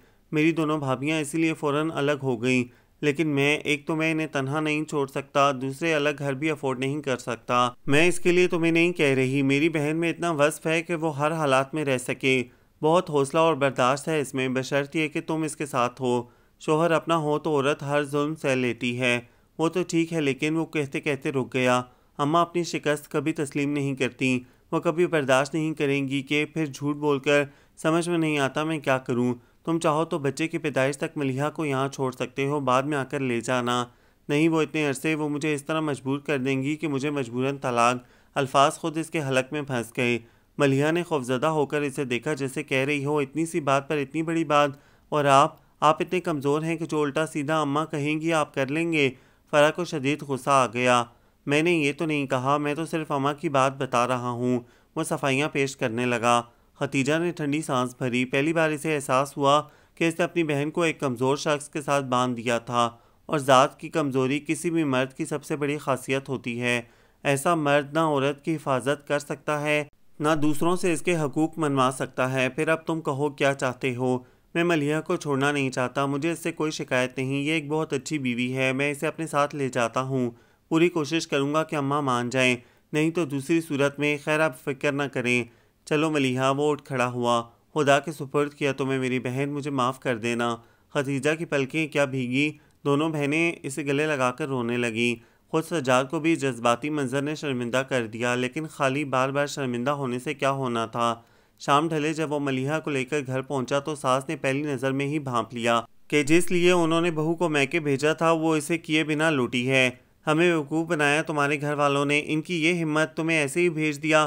खबरदार जो तुमने एक कदम भी आगे बढ़ाया, इसी कदमों से इसे वापस इसके घर पहुंचा कर आओ। सजाद, मेरा मासूम बेटा चलत्रियों के कहने में आ गया। वो चिल्लाने लगी। अम्मा मुझे सब बता दिया था इसकी आपा ने। वो इसे लेकर गई थी कई डॉक्टरों के पास, सब ने मना कर दिया कि ये बहुत कमज़ोर है, खून की भी कमी है, नहीं सह सकेगी, हो सकता है सारी उम्र के लिए बांझ हो जाए मजबूरन। सजाद दबे दबे लहजे में माँ को समझाने लगा। अच्छा तो तुझे मालूम था? बीवी का गुलाम जो उन्होंने कहा, जो पट्टी बीवी ने पढ़ाई वही सुनाने लगा। माँ का कोई भरम ना रखा। अब की बार वो बेटे पर बरसने लगी। नहीं अम्मा, आप यकीन करें यही बात है। फिर इसकी आपा ने कहा है सारा खर्चा वो उठाएंगी, दवाएं, अस्पताल का बिल, बच्चे के कपड़े और दूसरी चीज़ें वगैरह। भर दी इन लोगों ने तेरे मुंह में अपनी ज़ुबान, और तू बेगैरत। खाली पैदाइश पर ही खर्चा नहीं होता, बाद में दूसरे खर्च हज़ारों होते हैं। आए दिन बच्चा बीमार, दूध, कपड़े, दूसरी चीज़ें कौन उठाएगा इतना खर्च? वो तो घर अपना है, कुछ मैंने जोड़ रखा है, गुजारा हो जाता है। भाई भी थोड़ी मदद कर देते हैं। लेकिन तू अभी से बच्चों के झंझट में फंस गया तो ज़िंदगी भर तरक्की ना कर सकेगा। आमदनी से ज़्यादा खर्चे बढ़ेंगे। कौन सी तेरी उम्र हुई है? अभी बहुत उम्र पड़ी है। यहाँ तो लड़कों की 30-30 साल शादियाँ नहीं होती। मैं कुछ सोच कर ही कह रही हूँ। दुश्मन नहीं हूँ तेरी, लेकिन अब तो जो हो गया आइंदा ऐसा नहीं होगा। वो शर्मसारी से यूं सर झुकाकर बोला जैसे इससे कोई बड़ा गुनाह सरजद हो गया हो। इस दौरान मलिहा बिल्कुल खामोश रही। इसने दिल में तय कर लिया था कि वो बिल्कुल खामोश रहेगी और एक चुप सो को हराए पर अमल करेगी। किस कदर चालाक लोग हैं। बहन को जानकर घर बिठा लिया, बेटे को अकेले में बुलाकर खूब पटियां पढ़ाईं। लेकिन मैं भी इतनी आसानी से माफ़ करने वाली नहीं हूँ। वो ज़ोर ज़ोर से बड़बड़ाने लगी। सजाद ने मलिहा को इशारा किया तो वो आगे बढ़कर इनके गले लग गई। अम्मा मुझे माफ़ कर दें, हटो दूर। उन्होंने इसे ज़ोर से धक्का दिया। सजाद ने आगे बढ़कर इसे संभाला तो इनके तन बदन में और आग लग गई। ये चौंसले मुझे ना दिखाओ, अपने मियाँ को ही दिखाना जो माँ के मना करने के बावजूद तुम्हें उठा लाया है। सजाद ने माँ को शाकी नज़रों से देखा। खुदा न ख्वास्ता मलिहा को कुछ हो जाता है इस हालत में, इसे इस अंदाज में ज़ोर से धक्का देना कहाँ की इंसानियत थी। आंखें क्या दिखा रहा है मुझे? आज बीवी आई और आज ही तेवर बदल गए तेरे। वो फिर चिल्लाने लगी। ससुराल का भरा हुआ है सब कुछ। सजाद घबराकर अपने कमरे में घुस गया। पीछे पीछे वो भी चली आई। बाहर से अम्मा के चिल्लाने की आवाज़ें बदस्तूर आ रही थीं। तुम फिक्र मत करो, कुछ दिन तक जब तक इनका गुस्सा नहीं उतरेगा वो ऐसा करेंगी, फिर आहिस्ता आहिस्ता तुम अपने रवैये से मना लेना इन्हें। सजाद ने मलिहा के उतरे हुए चेहरे को देखकर कहा, मैं सब कुछ सह लूँगी बशर्ते कि आप मेरे साथ हों। मैं हमेशा तुम्हारे साथ हूँ मलिहा, बस अम्मा की वजह से मजबूर हो जाता हूँ। बहरहाल तुम परेशान मत हो, हालात एक से नहीं रहते, ठीक हो जाएगा सब कुछ। तुम ये बताओ इतने अरसे कैसे रहीं, मेरी याद नहीं आई एक मर्तबा भी? इसने आगे बढ़कर मलिहा को खुद में समेट लिया। मलिहा के आंसू इसकी कमीज़ को भिगोने लगे। हर आंसू जुदाई के दुख की दास्तान सुना रहा था। दूसरे ही दिन इसकी तीनों नंदें चली आईं। तीनों के मुंह सूजे हुए थे। अम्मा ने सबको इतला कर दी थी। इसके सलाम करने पर सब ने रूखे अंदाज में जवाब दिया। वो खामोशी से इन्हें छोड़कर किचन में चली आई ताकि इनके लिए खाने की तैयारी कर सके। जाने वो लोग क्या क्या बातें कर रही थीं। इसने ध्यान नहीं दिया। क्या फ़ायदा था इनकी बातें सुनकर दिल जलाने का। लेकिन खाना तैयार करके जब वो इन्हें बुलाने अम्मा के कमरे में आई तो दरवाजे पर ही रुक गई। बात ये ऐसी थी, अम्मा कह रही थी, ज़ुहरा दाई माहिर है इस काम में, हाथ भी बड़ा हल्का है, बड़ी से बड़ी डॉक्टर से ज़्यादा तजुर्बा है इसे। इन मुई आजकल की डॉक्टरों को क्या है, ज़रा केस मुश्किल हो पेट काट डाला। लेकिन ज़ुहरा दाई बड़े से बड़ा केस यूँ आसानी से करती है कि हद नहीं। पेट देखकर बता देती है कि क्या मसला है और इसका क्या इलाज होगा। सोच लें अम्मा, मलिहा का केस दूसरा है, चौथा महीना शुरू हो चुका है। अब नामुमकिन सी बात है, कहीं कुछ और गड़बड़ ना हो जाए, इसकी जान को भी ख़तरा है। मलिहा के बड़ी नंद ने कहा, अरे छोड़ो, कह तो रही हूँ, मैंने रात को ही जाकर इससे बात की थी। वो कहती है कोई मसला ही नहीं, तुम ले आओ बहू को, बाकी काम मेरा है। अम्मा की आवाज़ आई तो मलिहा की तो जैसे सांस ही रुक गई। तो अम्मा रात को किसी दाई के पास गई थीं।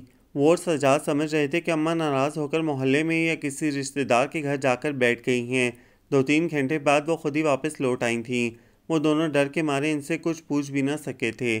छोड़ें अम्मा, अब जो हुआ सो हुआ, वक्त ज़्यादा गुजर गया है, आइंदा एहतियात करवाइएगा।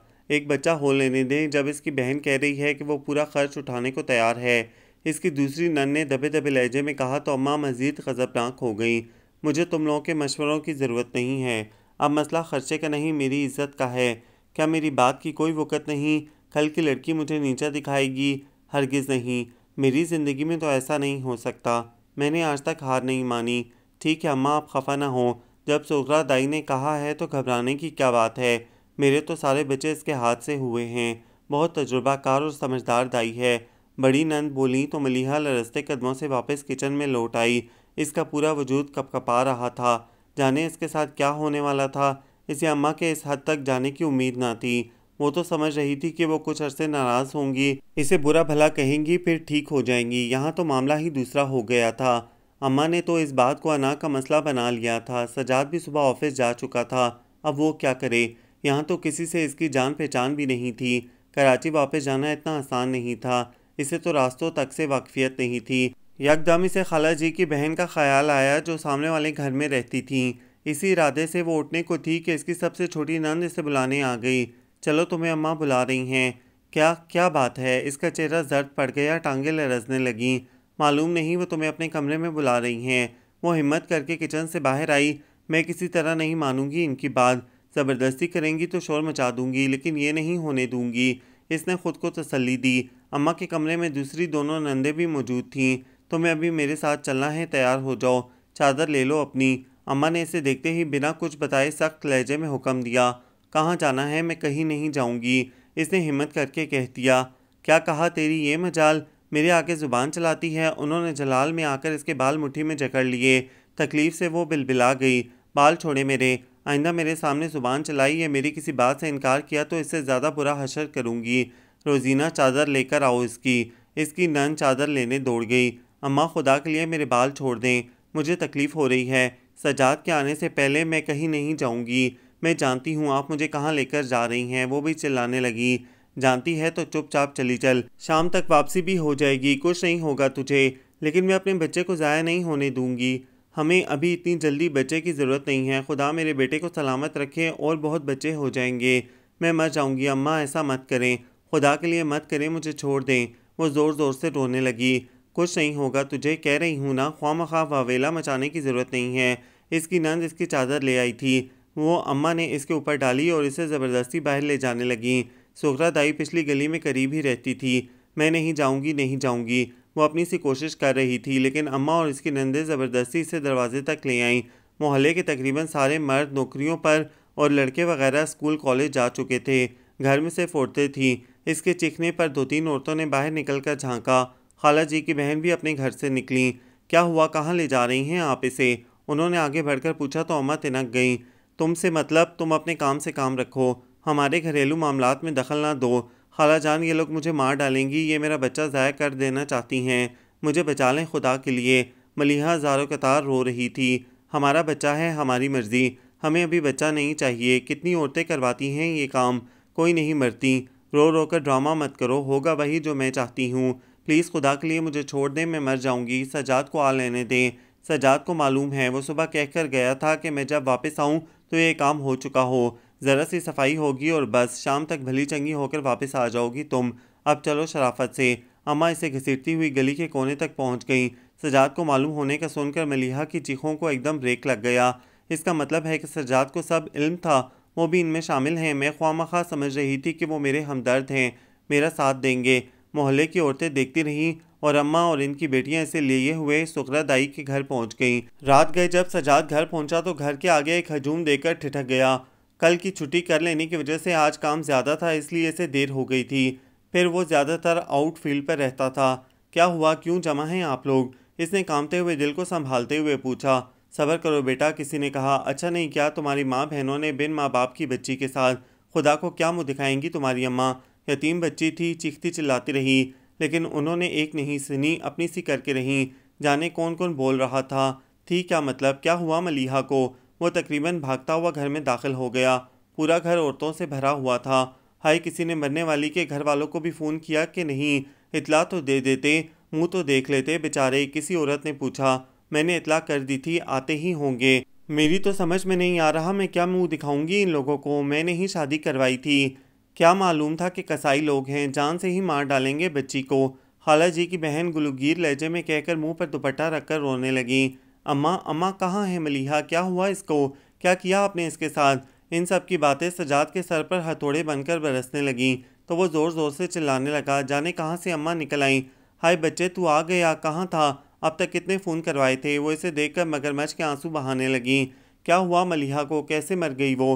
पैर फिसल गया था गुसल खाने में, बच्चा ज़ाया हो गया। सुगरा राई ने बहुत कोशिश की, मैं तो फ़ौरन इसे ले गई थी, लेकिन जो अल्लाह को मंजूर। अम्मा ने तो कहानी ही बदल दी थी। मोहल्ले की कई औरतों ने चौंक कर इन्हें देखा। खुदा के गज़ब से डरो, तुम्हारे भी आगे बेटियां हैं, क्यों झूठ बोलती हो? तुम ज़बरदस्ती ले गई थी इसे सुगरा दाई के पास। वो रो रो कर कैसे मना कर रही थी तुमको, लेकिन तुम्हें सुनाई कब दे रहा था? फ़िरौन बन गई थी तुम तो। इस वक्त जान ले ली इसकी। खाला जी की बहन चीख ही पड़ी।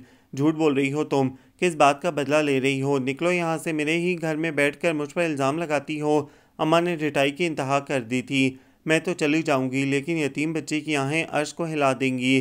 जुल्म करने वाले खुदा के गज़ब से कभी नहीं बच पाते। इसीलिए मैं मलीहा के घर वाले अंदर दाखिल हुए। हर जानिब सन्नाटा छा गया। अरशद भी साथ था। इसने आगे बढ़कर सजाद का गिरबान पकड़ लिया। मार डाला तुम लोगों ने मेरी बहन को, मेरी मासूम बहन। वो ज़ोर ज़ोर से चिल्लाने लगा। गम की तस्वीर बने सजाद के मुंह से एक लफ्ज़ ना निकल सका। वो कसूरवार ना होते हुए भी खुद को गुनहगार समझ रहा था।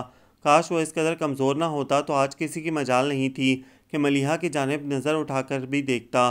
तीनों बहनें मलीहा की मैयत के पास जाकर रुक गईं। तीनों के चेहरे आंसुओं से तर थे। मुझे माफ़ कर देना मेरी बहन, मैं तेरी कसूरवार हूँ। काश मैंने तुझे यहाँ ना ब्याहा होता। खतीजा ने बैठते हुए अपना सर पलंग की पट्टी पर रख दिया और फूट फूट कर रोने लगी। फिर तो मदीहा और फराह की चीखों ने सब लोगों की आंखें नमनाक कर दीं। हर शख्स मलीहा की इस कमउम्री की मौत पर आंसू बहा रहा था। मैं इन लोगों को नहीं छोड़ूंगा। मेरी बहन का खून इस कदर अर्जा नहीं है। कैसे मार डाला उन्होंने इसे, और इस दाई को भी जेल करवाऊंगा। अरशद शदीद तैश में कह रहा था। आज मलीहा के इंतकाल को एक हफ्ता गुजर चुका था, लेकिन इन लोगों का गम हल्का होने में ना आता था। क्या करोगे तुम? कोर्ट कचहरी का क्या फ़ायदा, यहाँ कौन किसी की सुनता है।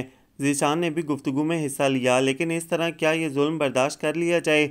इन लोगों को खुला छोड़ दिया जाए ताकि वो किसी और लड़की के साथ ये जुल्म करें? फरा की आंखों से आंसू फिर से बहने लगे। ये मैंने कब कहा, लेकिन यहाँ मुकदमे सालों चलते हैं, हज़ारों खर्च होता है इन पर, तब भी इंसाफ मिलता है या नहीं किसे मालूम। मैंने तो अपना मुकदमा अल्लाह के रूबरू रख दिया है, वही इंसाफ करने वाला है। खतीजा ने नम आवाज़ में कहा तो अरशद तंजिया नज़रों से इसे देखने लगा। बहुत जल्दी थी ना तुम्हें इसे ब्याहने की। जल्दी जल्दी सब बहनों को धिक्का दे दो कुएं में, ताकि तुम्हारा रास्ता साफ हो। इसकी बात खतीजा के लिए ही नहीं बल्कि बाकी दूसरों के लिए भी शदीद दुख का बाइस थी। खतीजा के तो दिल में जैसे तलवार सी उतर गई थी। खुदा जाने वो इससे क्यों इस कदर बदगुमान और शौकी रहा करता था। शायद इसकी वजह यह हो कि वो इसकी सारी जिम्मेदारियां बखूबी पूरी कर रही थी, और यूं वो लोगों की नज़रों में शर्मसार हो जाया करता था कि भाई के होते हुए बहन ने सब बोझ अपने कंधों पर उठाया हुआ है। बुरी बात है अरशद, तुम्हें यूं नहीं कहना चाहिए। एक तो वो तुमसे बड़ी हैं, दूसरे जिस तरह जिन हालात में वो सब जिम्मेदारियां पूरी कर रही हैं, इसकी मिसाल बहुत मुश्किल से मिलती है। जीशान का कहना गज़ब हो गया। ये क्या तुम सब हमेशा मुझे ताने देते रहते हो? क्या मैं कुछ नहीं देता घर में? क्या फ़रा की शादी में मैंने कुछ नहीं किया? ये कौन कह रहा है भाई? लेकिन आपा, फ़रा ने कहना चाहा, लेकिन खतीजा ने इसे टोक दिया। प्लीज़ मेरी ज़ात को मरकज़ गुफ्तगू ना बनाएं खुदा के लिए। इसकी आवाज़ रुन गई थी। अपने आंसू छुपाने के लिए वो वहाँ से उठकर चली गई। भाई, आपा को आपकी इस बात से बहुत दुख हुआ है, हमारे लिए, इस घर के लिए उन्होंने अपनी ज़ात, अपनी खुशियों को एक तरफ रख दिया है। आपको इस तरह नहीं कहना चाहिए था। फ़रह ने फिर कहा, आप हमेशा से ऐसे हैं, खुद गर्ज़ और ख़ुद पसंद। आप ऐसे ना होते और अपनी ज़िम्मेदारी को महसूस करते तो आज हमारी बहन हमसे जुदा ना होती। ये मदीहा थी। अरशद इसकी बात पर एक लम्हे को सकते में रह गया। अपनी छोटी बहन के मुंह से इतनी बड़ी बातें सुनकर वो हैरान रह गया था। बुरी बात है मदीहा, बच्चों को नहीं बोलना चाहिए इस तरह, खासकर बड़े बहन भाइयों से। जीशान ने बात बढ़ने के ख्याल से मदीहा को समझाया। कहने दो जीशान इसे, शायद ये ठीक कहती है, सारा कसूर मेरा ही है। काश मैं ही कभी इस घर के मसाइल में कोई दिलचस्पी ले लेता। जाने वो वाकई शर्मिंदा था या तंज कर रहा था। दरअसल हम सब इस वक्त इतने बड़े हादसे में मजरूह हुए हैं, इसलिए बिना सोचे समझे एक दूसरे पर इल्ज़ाम लगा रहे हैं। हालांकि इस वक्त हम सबको एक दूसरे के ज़ख्मों पर हमदर्दी का फाहा रखना है, ख्याल रखना है। दुख अजीम से ही, लेकिन वक्त बहुत बड़ा मरहम है। इसने दुख दिया है, वही सब्र भी देगा। अल्लाह तुम सबको इतने बड़े दुख को बर्दाश्त करने की ताकत दे। जीशान इन्हें फिर से समझाने लगा। इन दिनों वो बहुत खामोश हो गई थी। दुनिया के हर शख्स पर से इसका एतबार उठ गया। हर शय अजनबी लगने लगी थी। जीशान अक्सर फ़रा को ले आता। सफ़ीना भाभी इसे बहलाने की अपनी सी कोशिश करती।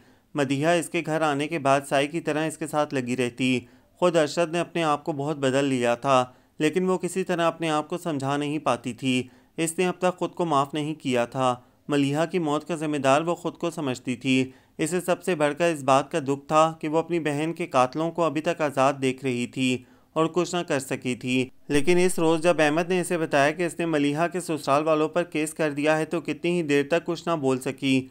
मेरा यकीन करो, मैं इतने अरसे से खामोश नहीं बैठा था। जालिमों को जुल्म करके छोड़ दिया जाए, माफ़ कर दिया जाए, तो ये खुद एक बड़ा गुनाह है। वो अपने किए पर शर्मिंदा होती, माफ़ी मांग लेती तो और बात थी, लेकिन वो तो ढीठ लोग हैं। अहमद ने कहा, सजाद का इसमें कोई कसूर नहीं है, वो लाइल्म था। ये सब कुछ इसके ऑफिस जाने के बाद हुआ। इसने आहिस्तगी से कहा, हाँ मेरा भी यही ख्याल है। खैर सारी बात इन्वेस्टिगेशन के सामने आ जाएगी, लेकिन मलीहा की सास और इस दाई को कतई माफ़ नहीं करना चाहिए। आपने किस वकील से बात की है? एक नामवर वकील हैं, वो ऐसे ही केस लड़ते हैं सिर्फ इंसानियत की भलाई के लिए। इसके लिए वो एक पैसा भी नहीं लेंगे। बकौल इनके उन्होंने माशरे से नाइंसाफ़ी और जुल्म के ख़ात्मे का बेड़ा उठाया है। अहमद ने एक मशहूर वकील का नाम बताते हुए कहा तो वह तशक्कर से इसे देखने लगी। मैं आपका ये एहसान कभी नहीं भूलूंगी। ऐसा क्यों कहा तुमने? क्या मलीहा से मेरा कोई रिश्ता नहीं था? खैर तुम फिक्र न करो, इंशाल्लाह बहुत जल्द हम ये केस जीत लेंगे और इस तरह ऐसी औरतों को एक सबक मिलेगा जो बहुओं पर जुल्म करते हुए ये भूल जाती हैं कि अल्लाह की लाठी बेआवाज़ है। अहमद ने कहा, जिस रोज़ मलीहा की सास और इस दाई को सज़ा हुई, सारा घराना बेहद खुश था, जबकि वो बेहद अफसुर्दा थी। आज इसे मलीहा शिद्दत से याद आ रही थी। काश वो सब कुछ ना होता, वो मलीहा को दोबारा सजाद के साथ ना भेजती तो शायद। इन्हीं दिनों अहमद की अम्मी मदीहा के लिए अपने भांजे का रिश्ता ले आईं। लड़का और फैमिली दोनों बहुत अच्छे थे, लेकिन इसने साफ इनकार कर दिया। नहीं आंटी, मैं मदीहा की शादी इतनी जल्दी नहीं करूँगी। अभी वो फर्स्ट ईयर में है। मैं चाहती हूँ वो पढ़े लिखे अपने पैरों पर खड़ी हो जाए। इसके बाद जहाँ खुदा को मंजूर हो इसकी शादी हो जाएगी, लेकिन इतनी जल्दी हरगिज़ नहीं। मैं अपनी दूसरी बहन को नहीं खोना चाहती। इसकी आवाज़ रुंध गई। नहीं बेटा, हर शख्स एक सा नहीं होता। मेरी बहन बहुत सुलझी हुई तबीयत की है। मेरा भांजा भी बहुत समझदार और अच्छा लड़का है। अपना बिजनेस है इन लोगों का। बल्कि आंटी ने रसानिया से इसे समझाया। यकीनन वो अच्छे लोग होंगे आंटी, लेकिन इतनी कम उम्री में लड़कियों की शादियां ठीक नहीं होती। मदीहा अभी सिर्फ 17 साल की है। इसे ना दुनिया की समझ है ना ज़माने का पता है। इसे दुनियादारी सीख लेने दीजिए। सोच लो बेटा, सब मशवरा कर लो। जिम्मेदारी मैं लेती हूँ, बाकी जो अल्लाह की मर्ज़ी। वो इसके हतमी लहजे पर खामोश हो गई। लेकिन इसी शब जब वो सोने की तैयारी कर रही थी कि मदीहा इसके नज़दीक आकर बैठ गई।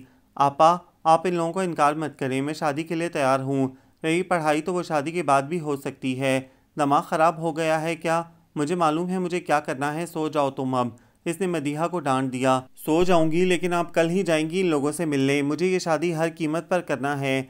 मदीहा के लहजे में जाने क्या था। वो एक लम्हे को ठहर कर इसकी आंखों में बगौर देखने लगी। ऐसे क्यों देख रही हैं? वो गड़बड़ा गई। देख रही हूँ मेरी मुन्नी सी बहन वाकई बड़ी हो गई है, या आपा शादी एक जुआ है, एक रिस्क। अभी हो या 5 साल बाद, मेरी किस्मत में जैसे लोगों से वास्ता लिखा है वो होकर रहेगा। फिर सुना है घर आया रिश्ता नहीं ठुकराना चाहिए। अच्छा, इसकी आखिरी बात पर खतीजा हंस पड़ी। बहुत बड़ी बड़ी बातें करनी आ गई हैं।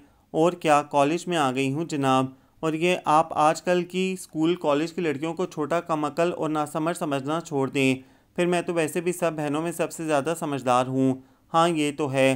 तभी तो अपने से 13 साल बड़ी आपा को अक्ल सिखाई जा रही है। आपा, वो इसके गले से लगकर इसके सीने में मुंह छुपाकर कहने लगी, आपा मैं ये शादी करना चाहती हूँ, मैं जानती हूँ जब तक मेरी शादी नहीं होगी आप शादी के लिए तैयार नहीं होंगी। अच्छा, खतीजा ने इसे खुद से अलग किया तो मेरे लिए कुर्बानी दी जा रही है, तो और क्या, कुर्बानियाँ देने का ठेका सिर्फ आपने ले रखा है। बकवास मत करो, मुझे कोई नहीं करनी शादी वादी, शादी की उम्र तो वैसे भी निकल गई मेरी। इसने मदीहा को डांटा। जाने क्यों इसकी नज़रों में अहमद का चेहरा घूम गया था। आपा, कौन है वो जिसे आपने सूली पर लटका रखा है इंतज़ार की? मदीहा, जो बगौर इसके चेहरे पर बिखरे रंगों को देख रही थी, अचानक पूछ बैठी। खतीजा मदीहा की बात पर हैरान रह गई। वाकई वो तो इसे अभी तक बच्ची समझ रही थी, लेकिन वो तो अब बड़ी हो चुकी थी। इस कदर दूरस्थ निगाहें थीं इसकी, जो राज अब तक सिवाय इसके कोई ना जान सका था, आज वो कितने मज़े से जान गई थी। और पूछने में भी इसे कोई झिझक महसूस नहीं हुई थी। चलो उठो, अब सोने की तैयारी करो, वरना पिटाई हो जाएगी। तुम्हारी कॉलेज जाकर बहुत फजूल बातें करना सीख गई हो, ना अदब ना लिहाज। तो क्या हुआ, आप भी आपा से ज़्यादा मेरी दोस्त हैं, वो लाड से बोली। लेकिन अब ऐसा भी नहीं कि तुम इतनी बेतकल्लफ हो जाओ। चले, नहीं बताती ना सहें, लेकिन शादी तो फिर भी मैं ज़रूर करूँगी। वह हठधर्मी से कहकर कंबल मुंह तक लेकर लेट गई। खतीजा चंद लम्हे इसे देखती रही, फिर खुद भी सोने की तैयारी करने लगी। फ़रा और अरशद को जब इस रिश्ते का पता चला तो उन्होंने भी यही इसरार किया कि पहले लड़के और इनके घर वालों के बारे में मालूमात कर ली जाएं, फिर कोई फ़ैसला किया जाए। ठीक है, तब भी मैं सिर्फ मंगनी करूँगी, शादी इसके बीएससी करने के बाद होगी। खतीजा ने फैसला कुन लहजे में कहा। हरगिज़ नहीं, अगर लड़का अच्छा हुआ और फैमिली में भी कोई ख़राबी ना हुई तो मैं इसकी शादी करने में देर नहीं लगाऊंगा। अरशद की बात पर वो इसे देखती रह गई। कुछ कहना चाहा मगर खामोश रही। सारी मालूमात ज़ीशान ने फराहम कर दी थी। बहुत अच्छा रिश्ता था, किसी भी तरह इनकार की कोई गुंजाइश नहीं थी। यूँ मदीहा भी रुखसत होकर अपने घर चली गई। इस रात इसे बहुत सुकून से सोना चाहिए था, लेकिन पूरी रात एक पल भी से करार ना आया। आंखें जैसे सोना भूल गई थीं। अकरम के अल्फाज इसके कानों में घूम रहे थे। अब इसे जल्द कोई फैसला करना था।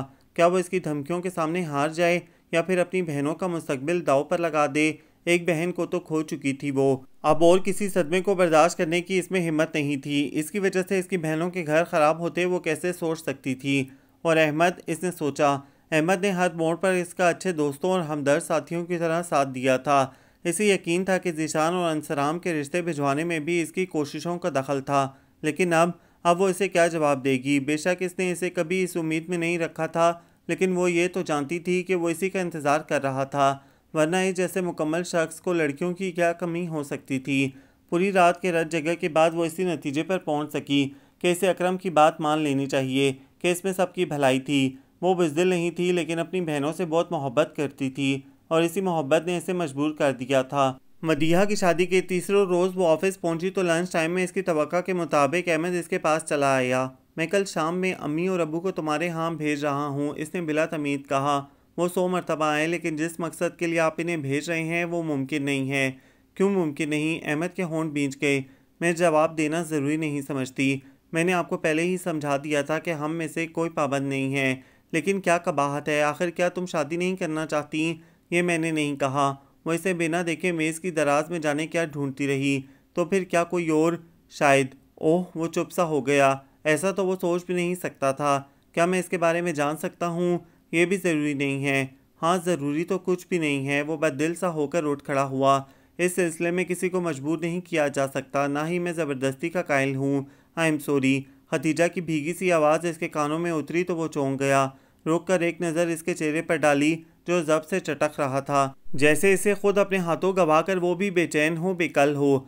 खतीजा, हो सकता है हम में ताउम्र का बंधन न बन पाए, लेकिन ये गलत नहीं है कि हम दोनों एक दूसरे से मुखलिस हैं। अगर कोई बात है जो तुम्हारे पीछे हटने का सबब बन रही है तो प्लीज़ मुझे बताओ। कभी न टूटने वाला हिसार बन जाऊं। वो मेरी ज़ात में रहने का फ़ैसला तो करे। नहीं, ऐसी कोई बात नहीं है, आप जाएं। आज तक आपने मेरे लिए जो कुछ किया मैं इसे कभी भूल नहीं पाऊंगी। मेरे पास ऐसे अल्फाज नहीं हैं कि मैं आपका शुक्रिया भी अदा कर सकूं। आप फिर आपके खलूस के आगे मेरे बेजान लफ्ज़ कोई कीमत नहीं रखते। अच्छे लोगों के लिए दुनिया बड़ी वसी होती है। मुझे यकीन है कि कहीं ना कहीं कोई अच्छी सी लड़की कुदरत ने आपके लिए भी संभाल कर रखी है। क्या कोई लड़की तुमसे ज़्यादा अच्छी हो सकती है? वो इसकी बात पर मुस्कुरा कर बोला। एड़ियों पर घूमा और कमरे से बाहर निकल गया। हाँ, क्यों नहीं, मैं तो बहुत कम नसीब हूँ, लेकिन तुम्हारी किस्मत में इतनी अच्छी और मुकम्मल लड़की होगी कि तुम नारसाई के इस दुख को अक्सर भूल जाओगे। मुझे माफ़ कर देना। लेकिन इसे क्या मालूम था कि कुदरत एक हद तक इम्तहान लेती है। खुदा बेनियाज ज़रूर है, बेखबर नहीं। वो अपने बंदों के दिलों का हाल जानता है और इनकी जायज़ दुआएं सुनता है। इस शाम वो घर पहुंची तो एक खबर इसकी मुंतज़िर थी। सफ़ीना भाभी ने फूली हुई सांसों के दरमियान इसे बताया, एक खुशखबरी है, मोहल्ला पाक हुआ हमारा। तो वो मुआ कमबख्त अकरम पुलिस पकड़ कर ले गई इसे। अपने एक साथी से झगड़ा हो गया था इसका, कत्ल कर डाला इसे। अब फांसी ना सही तो उम्र कैद तो ज़रूर होगी इसे। वाकई इसे लगा जैसे पिंजरे में कैद इसका वजूद साफ हवा में निकलकर परवास करने लगा हो। और क्या जान छूटी हमारी। लड़कियों का बाहर निकलना अजाब कर रखा था जलील ने। जाने किस किस को ब्लैकमेल करता था, किस किस की कमज़ोरियाँ अपने हाथ में ले रखी थीं। हर शख्स खुश है। भाभी, वो आगे बढ़कर इनके कंधे पर सर रखकर फूट फूट कर रो दी। हाय हाय, तुम क्यों परेशान हो गई इस कमबख्त की खातिर। वो हैरान परेशान होकर इसे समझाने लगी। भाभी, मैं भी फ़रा की वजह से इससे खाइफ रहती थी, कभी किसी से कुछ ना कह दे। हाँ भाई, खुदा का इंसाफ बे आवाज़ है। बड़े लोगों के दिल दुखाए थे इसने। वो इसे थपकने लगी। पता नहीं मैं इतनी मायूस क्यों हो गई थी अपने अल्लाह से। हम गुनहगार बंदों को क्या मालूम होता है कि वो हमसे कितना करीब है, शहर अक से भी नज़दीक। फिर हमें इस पर यकीन क्यों नहीं होता। और भाभी, मैं भी बड़ी गुनहगार हूँ अपने खालिक की कि मैंने इस पर भरोसा नहीं किया। अल्लाह मुझे माफ़ करे। आंसू फिर से इसके गालों पर बहने लगे। सफ़ीना भाभी ने ना समझने वाले अंदाज में इसे देखा। आप नहीं समझेंगी भाभी, इसने ज़ेरे लब कहा और आंसुओं के दरमियान भरपूर तरीके से मुस्कुरा दी। और अब इसे अहमद को भी तो मनाना था कि वो इसकी ज़ात में रहने का फ़ैसला करने में अब आज़ाद थी। ये नावल आप सबको कैसा लगा, कमेंट्स में अपनी तफसीली राय से आगाज़ ज़रूर कीजिएगा। हमें इंतज़ार रहेगा। हमारे चैनल को लाइक करें, शेयर करें, सब्सक्राइब करें।